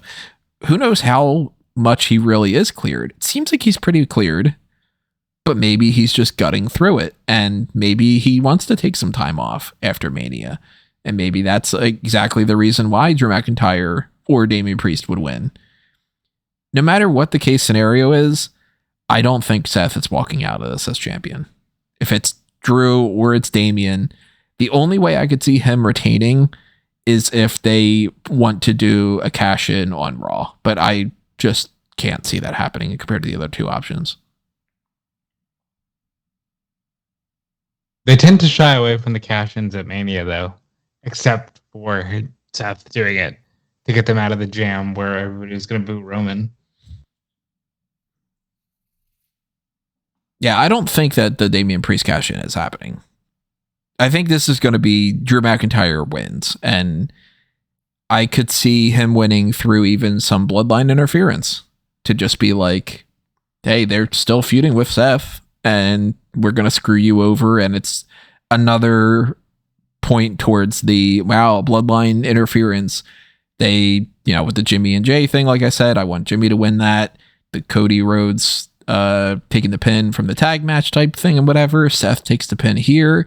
And it's like, man, being involved in this bloodline thing, they're going to screw you for everything. You lost your title. Drew McIntyre's not as much of our enemy as you are. That sort of thing. The Rock did keep saying, I will take that title from you. So maybe they just, you know, fulfill that. And you can put a pin in it until The Rock comes back. Or maybe he's not going away. We don't really know what The Rock is going to do now. But yeah, I think it'd be a mistake to not have Drew McIntyre win this title after everything he's done. And in front of CM Punk, who will be on commentary. Could we have mentioned that? This feels like Drew wins. Yeah, I think that the only logical choice is to have Drew win the title here. I think that Seth's run with the title for the overwhelming majority of it has been disappointing. Just don't think that he's ever felt like the guy holding that title. Like, as I say, it's already like in some people's eyes a fake world type championship because they just introduced it because they just didn't want to take any titles off of Roman. And he hasn't really helped elevate it beyond that status. He's had some decent matches, but overall he's just had that kind of that little brother energy about him. And I think Drew McIntyre has done a lot to change up his character. He's done some really good promo work. He's had great matches. So I think that it would be a just reward for him to walk out of WrestleMania in front of a crowd as a world champion. Admittedly, like I said before, a fake world champion, but still a world champion in some people's eyes.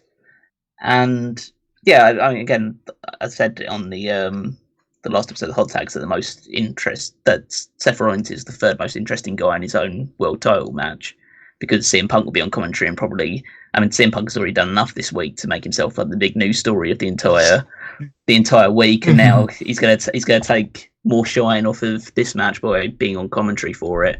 Presume he'll have some kind of involvement, whether it's like a stare down with Drew afterwards or something of that ilk. But yeah, I would say that you need to have Drew win the title here, especially because you're going to Scotland soon. In the presumption that Drew McIntyre has or will soon sign a new contract, it would make all the sense in the world to have him be world champion going into that show. The only way that CM Punk could be more involved is if he miraculously reveals, actually, I'm cleared and I'm in the match. Like, CM Punk is going to be the focal point of this match. Apparently his treatment with the WWE doctors has been much better than the treatment that he received for his previous injury for under AEW, because of course that CM Punk has always famously been very fond of WWE doctors. Oh, they didn't give him a Z-Pack. So, he's doing all right this time. Now, Punk being involved in this, a lot of people, of course, are going to be looking to see if he gets involved and he costs somebody the match, but I don't think that that's necessarily going to be the case, because he doesn't have one bigger feud with one guy versus the other guy, unless you really say Rollins hasn't been mentioning Punk as much compared to Drew, and if anything, you would think that he would cost Drew, but he's not going to do that to help Seth by any means, and he's not going to do the opposite either. He's not going to screw Seth over to help Drew. So I think him being on commentary might end up just being a non-factor, and it could just be they both pose down yelling at him at some point, and that's it. Nothing this man does is a non-factor. He can try to make it a non-factor, and it will still be the talk of whatever is going on that day. But I do think that we are getting Drew McIntyre versus CM Punk for that World Heavyweight Championship, either at Clash at the Castle or SummerSlam or something, depending on when, of course, Punk is able to get back into the swing of things. But if you're picking between Seth and Drew and, I guess, Damian, how would you rank the most likely options of who walked out with this belt? Damian, Seth, Drew. Do you think that the cash-in's happening? Okay, I should have. That's a countdown. Damian number 3, Seth number 2, Drew. Yeah, I'd put Drew about 80%, Rollins at about 19%, and Damian at a 1% chance. I'm not doing percentages, but I think Drew has a commanding lead, and then I would lean more towards Damian than Seth. I think that there's almost no chance that Seth retains his belt. This is the most, you could say he's the number 3 guy in all of the rivalries right now, but this is the most like the guy he's felt in years. That's saying something, because he feels like the number 4 guy, and that's one. And now that you've actually introduced the Damian Priest factor, he's actually the number 4 guy in this match as well. There's two people in it.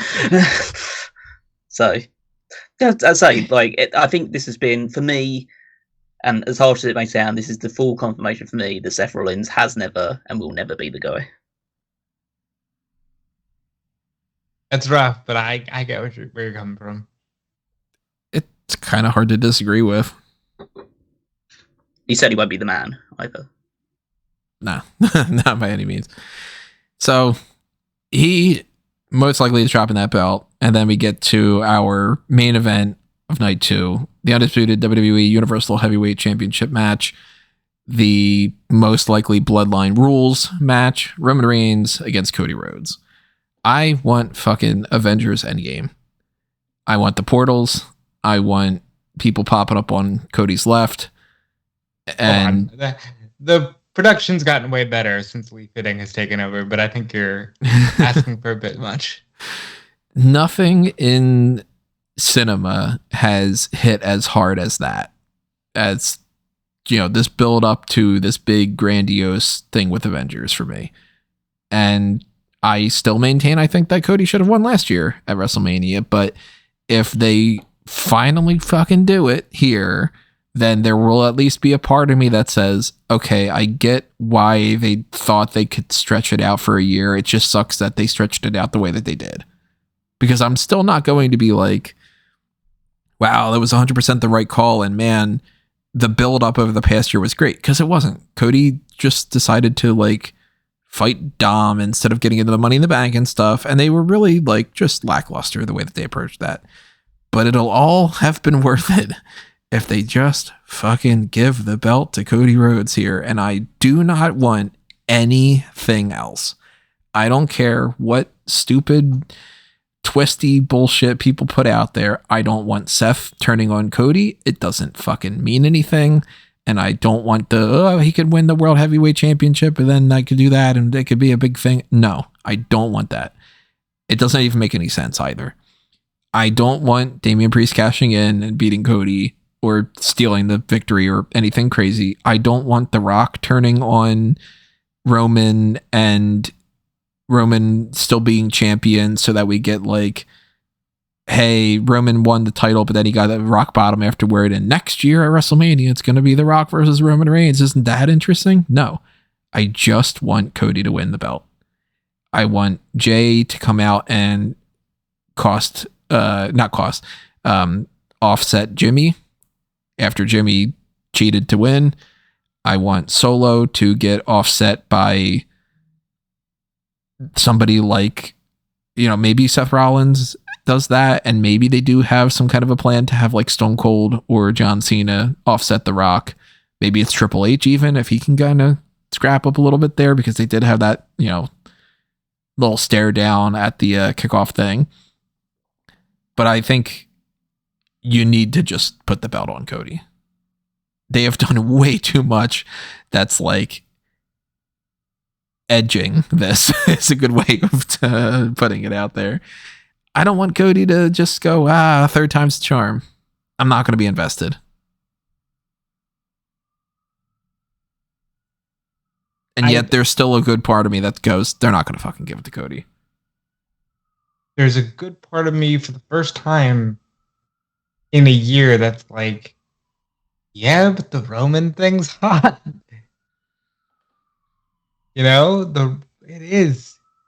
Like the Roman thing's just like when they're on, they're really, really good.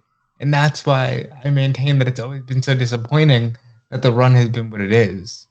Because if we would have gotten, they're touting all these sellouts and shit. Imagine if Roman showed up to everything. How much more invested would people be?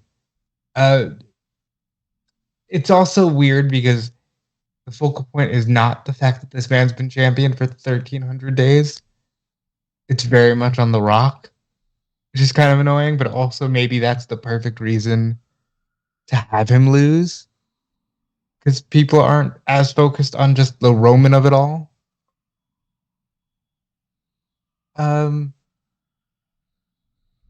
Look, like I said, if it was up to me, Cody'd pin The Rock, and there'd be no bloodline, and then he'd pin Roman. I think we get a lot of craziness. I don't think we see Triple H. I think Triple H, for whatever reason, decided not to be involved in it because it seemed like he was going to be the first 2 weeks, and then he just disappeared again.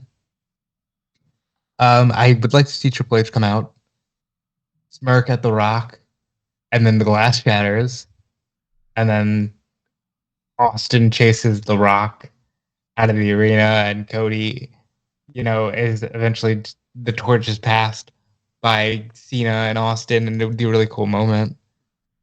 I'd like to see, like I said, I'd like to see the Usos on the same page and knowing that, like, no, now it is time for Roman to lose.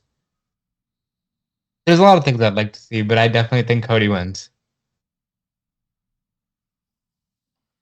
Yeah, I mean, I feel fairly confident in Cody winning, although I probably felt the same We way said that about last year.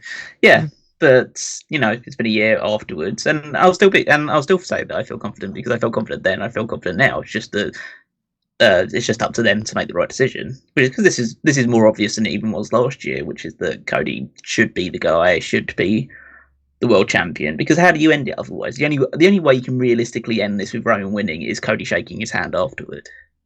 And then that just feels really dissatisfying. Because that's it. Because at that point you just have to go, well, Cody can't fight Roman again for the title at WrestleMania, so he just go shake his hand and say, okay, I'm moving on. So yeah, I think what they're going to do is the big whole, like, they'll wrestle for 10 minutes, and it's going to be like WCW NWO times when the whole crowd is just going to be staring at the ramp waiting for The Rock and everyone else, and Solo Sikoa and Jimmy Uso to get involved. Then the Avengers will come out and save him with like Seth and Jey and then probably by the accounts they're seeing for, Cena and Austin will get involved as well. And then you had the big moment of Cody hitting the 3 crossroads that he couldn't quite hit at the previous WrestleMania and get the victory. And realistically, they're then going to look back on it and say, like, look, and people will tell you, no, it was totally right for Cody to lose last year because you got this big moment, that real cathartic feeling of Cody finally winning the belt after a year of having to fight back for it, which is not true because he hasn't really been involved with the bloodline up until Royal Rumble this year, so it hasn't been a year. It's been another 3 month build, and this build has focused more on Cody versus The Rock than it has Cody versus Roman. Oh, that's another thing. People will swear to you up and down, but all year he talked about finishing the story. No, the fuck he didn't. No, he didn't. The whole thing sucked. He had one stare down with Roman, and that was like in October. And people were like, oh, you see, they told such a story. No, they didn't. But you know what? God damn it. They got 3 WrestleMania matches out of it. They got 2 singles and a tag. So that's all anybody's going to remember. And yeah, Cody will get the victory here. He'll get his hand raised and he'll get to celebrate the crowd and his family and get to talk about like finally winning that title, bringing it back to the Rhodes family, and everyone will get super emotional about it. And it'll be a good feeling at the end of it. I just think it should have happened last year, and this year should have been something else happening instead. We could have just done the Roman versus The Rock thing, but yeah, I think that's the way it's going to end, and I don't really have that many doubts over it, and that's largely because of my lack of investment in most WWE things. So I'm not going to end this year. If Roman beat Cody, my reaction is not going to be like it was last year, being like frustrated and disappointed. I'm just going to be laughing. So I can't lose either way. I think if Roman beats Cody this year, Callum's going to be laughing. I'm just going to be like, okay. And Tony's just going to be like, welcome to the last edition of the Smark moment. It could very well be. Like, I'm hinging a lot on this. It sounds really stupid, but it's like, it's not even just a matter of like, oh, it's a one-time match thing and that's whatever. Like, it is a testament of whether or not you can invest in things going forward, because the more that you dangle stuff and you just wait and wait and wait and wait and wait. And if you don't have this like perpetual, the next thing will be better than the thing that you were just disappointed in, then you're a bad fan. Then that just goes to show I don't need to invest in you, because you're not learning. You're not actually trying to change anything. And me, it is an investment. Being a fan is an investment. I invest my time and money and attention, and I give that to you for the exchange that you will entertain me in a way that I enjoy it. So, let's use the Avengers thing to go along with it. I haven't been liking a lot of the Marvel movies that have come out after Endgame. A lot of them have been kind of shit, or, kind of just meh or okay. And none of them have been great. And the TV shows, well, Secret Invasion's not good. I couldn't finish the 2nd episode of Ms. Marvel. So you know what? I went from watching every single episode of everything leading up to Endgame and being like, yeah, I'll watch that one shot about, Coulson in the supermarket, because that's great. That's cool. To being like, I don't really need to watch all of this show. I don't really need to be invested in Echo. I guess I'll watch it in the background while I'm doing something else. And that's disappointing. So the same comes with DC. Like, I watched Aquaman just a few days ago at home, instead of watching it in the theaters on opening night like I would with most other things. That would be my approach when it would come to WWE. It would be like, all right, well, that means you said wait all this time so that we can tell you, we got you, but wait until next year. And then you fucked around for an entire year and then said, we got you again, wait until next year. You're not going to get me a third time. I'm not going to be invested. I would basically just do even less than what I do now, which right now I'm like, They let me record these episodes of everything and then skip through. I do it for everything except for NXT. And the only reason I don't do it for NXT is because I do the live coverage for it. But if I could, I'd do it for NXT too. I would just be like, all right, I'll record those 2 hours. I'll start watching it at like 9:30. And then I'll skip through all the crap I don't care about. Because I can't see the point in being like, oh, they did a big twist and they got me. But I can't wait to tune into Raw to see how they turn the story around again. The story never stops. Oh, the story can continue as much as it wants. If I don't fucking like the story, I'm not going to watch it, you know? So I want this to just end.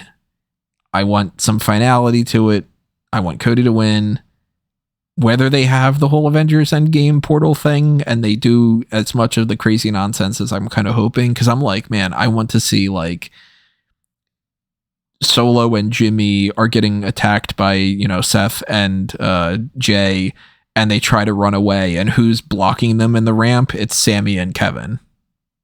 And it's like, oh, okay, because they have an issue with them too. And then, you know, Stone Cold's there and fucking Cena's there, and it's I want it to be nuts like that.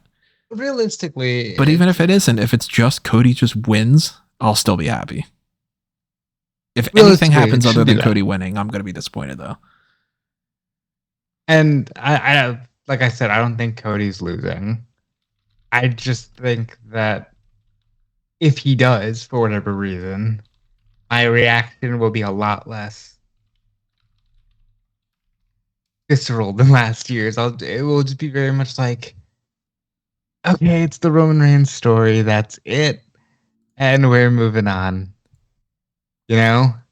But I do want to read this quote from Brian Ewart, who said, would the fans be as adamant Cody needs to finish his story if he didn't win the Royal Rumble? Once he won the Royal Rumble, then I think there was a certain element of, hey, don't screw with us now. You can't dangle the Rumble win and then take it away. And I think everyone, Rock included, was like, yeah, they're right. We should continue this story as it naturally would play out if this were real life. If this were real life and he won the Royal Rumble and he didn't win last year's WrestleMania, there's literally no logical reason, even though you could try to make one up, why he wouldn't want to face Roman and win the title. So they know. Mm-hmm. But like, they've known a lot of things in the past, and that hasn't stopped them. That's the problem. Like I think maybe The Rock needed the wake-up call. They knew that Vince was up to something with Janelle Grant, and it's like, we're not going to do anything. They knew that people weren't going to be happy with the Roman and Brock thing every time that they did it. And the only real like saving grace is, from my perspective at least, with this whole idea of like, yeah, I just want Cody to win, and that's the only thing that matters to me as much as anything else. The thing I'm really like hanging my hat on is this is the first time that we're getting a WrestleMania without Vince. Maybe Triple H is just straightforward enough to be like, that's fucking stupid if we just play around again. And I don't care what backwards ass logic Vince would have had of, now we got to hook them this way and we got to do that. Because if you do look at Triple H's track record, Rhea Ripley was built up to beat Shayna, and she did. Yeah, but if you look at Triple H's track record on the main roster, it's a different track record. It is. So it's like, but that was when he had control over that without Vince potentially moving things around. Whereas on the main roster, Vince still had a say, you know? So I'm crossing my fingers that the guy that understands wrestling better will look at this and go, we can't just have the disappointment from last year lead up an entire extra year to another disappointment and just tell people again on the press conference, that's not the story we're telling. That's not a good enough excuse. Now, Paul Heyman just said in something, I forget what it, like an interview or something, that the finish line to this whole story has been rewritten multiple times because of things changing. And I'm like, maybe that's a good indicator that Yeah, they didn't have this planned when they first started because Cody wasn't even in the company. But maybe their whole end game was just, well, we need to have Rock and Roman at some point, and he can hold the title for a long, long time, and we'll figure out the rest of it later. And now they've realized, well, we have something with this Cody Rhodes thing. We got to put the belt on him. We can have Rock and Roman without the belt. Just have it for who is the head of the table. That's it. That's all you need. You don't need the championship to go along with it. We've had plenty of examples in the past of Brock and Goldberg and, all the negatives that come along with that. You can't have it both ways. You can't say this person is so big that they don't need the championship, but in the same regard, they are so big that, you got to have the championship involved. So I'm just like, well, either they're going to give me a mixed bag leading up to the thing that matters the most with WrestleMania being really good or really bad, and that'll either sour my mood entirely or it'll end up being like a huge weight lifted off the shoulders of WrestleMania to me, kind of, or it'll be a really great show leading up to something bad or good, or it'll be a really crap show leading up to something really bad or good. But if they give me a great show or a mixed bag leading up to a bad thing, it's still just going to be a bad WrestleMania to me. All of it hinges on the Cody Rhodes thing being the most important thing for WrestleMania this year for me. Gun to my head, I think Roman's going to retain. I think they just are too fucking stubborn, and they are too... Wait, you're not kidding? No, I'm not kidding. I am preparing myself to be disappointed. And I think that they have it in their head that, well, people are chanting for The Rock when he comes out and does these segments. We still get the Rocky chants. So people they'll be a little upset, but you know what? If we have The Rock attack Roman on the Raw after WrestleMania and we do this big celebration thing, then people will just go, wow, I can't wait for those two to fight next year.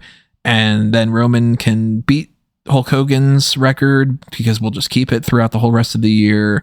And in the meantime, we've got that World Heavyweight Championship. We can do something with that because we got CM Punk potentially in the wings, and maybe Cody can have a big what do I do type of a thing. Isn't that an interesting story?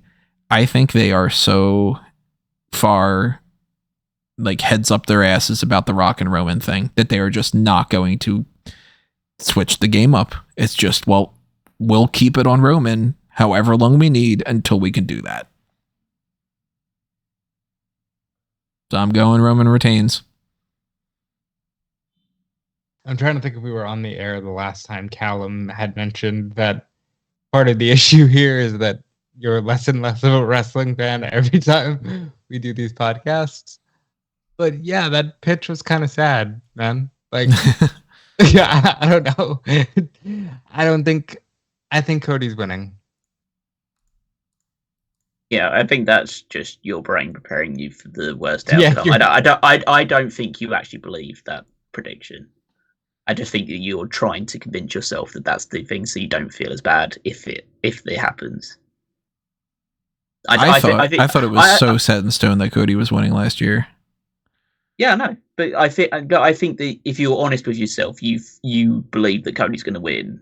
You're just preparing yourself. You're just preparing yourself for the outcome if for some reason that doesn't happen this time around. But yeah, I'm fully confident Cody's going to win. I'm in a position that I've been in for several other things where my brain and all the logic in the world tells me they can't possibly do the thing I don't want them to do. But I look at the history of that. Every time that's been the case, I've been wrong. I was like, oh, well, they got to give that belt to Braun Strowman. They can't just go give it to Brock Lesnar. And then that crown jewel thing happened. Well, they got to have Roman beat Brock at WrestleMania 34 because that's got to be the end of it. And it didn't happen. And when they got the greatest Royal Rumble match, well, that's when Roman gets his win over Brock, and they can't possibly go the other way. And then they do that stupid finish. Well, they can't have Goldberg just steamroll through Kevin Owens and just put the U.S. title thing, whatever. They did. Most of the time when I think, well, they can't just possibly do that. They have to be going in the logical way. They always go the illogical way. So I'm like, fucking Roman's going to retain. And I don't care if every match leading up to that is good. I'm going to be disappointed if that's the case. Please prove me wrong.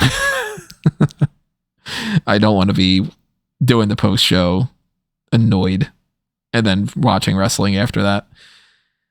But whether we have the right ideas or the wrong ideas, whatever the predictions are, of course, we won't know what's happening until after both of these shows go down.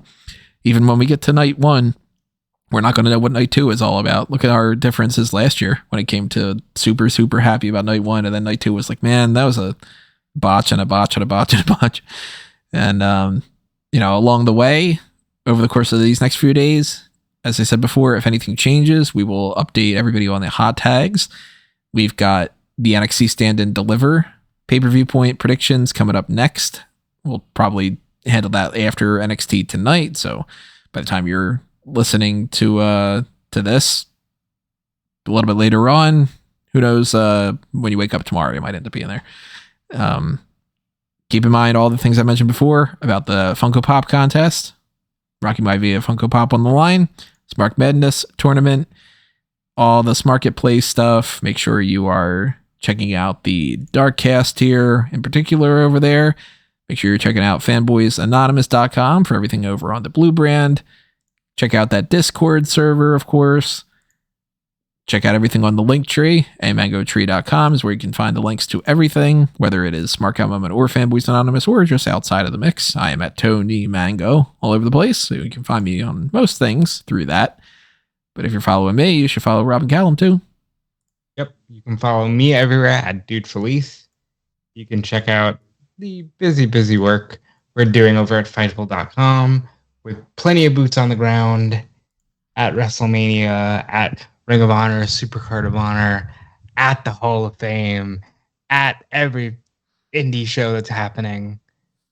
But I'll be here covering it, so you can check out all my work at Dude Felice and the eventual DudeFelice.com. And I will now toss you over to Callum. So you can follow me on Twitter at Wigmeister14.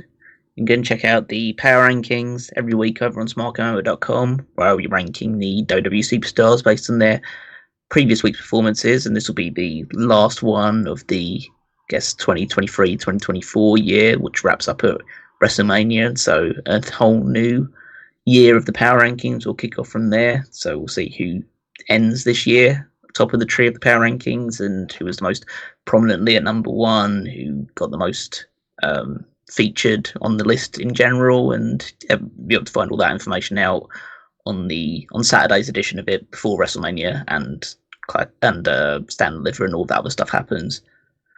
And also will be the end of this season of the Fantasy League. So going into WrestleMania, I haven't currently tabulated the points from Raw, but as it stood prior to the episode of Raw, there's about 50 points between me and Tony at the top, which is, it's a decent sized gap, but it's nowhere near insurmountable, especially with double points being on offer for every show of WrestleMania weekend, which includes Stand and Deliver as well.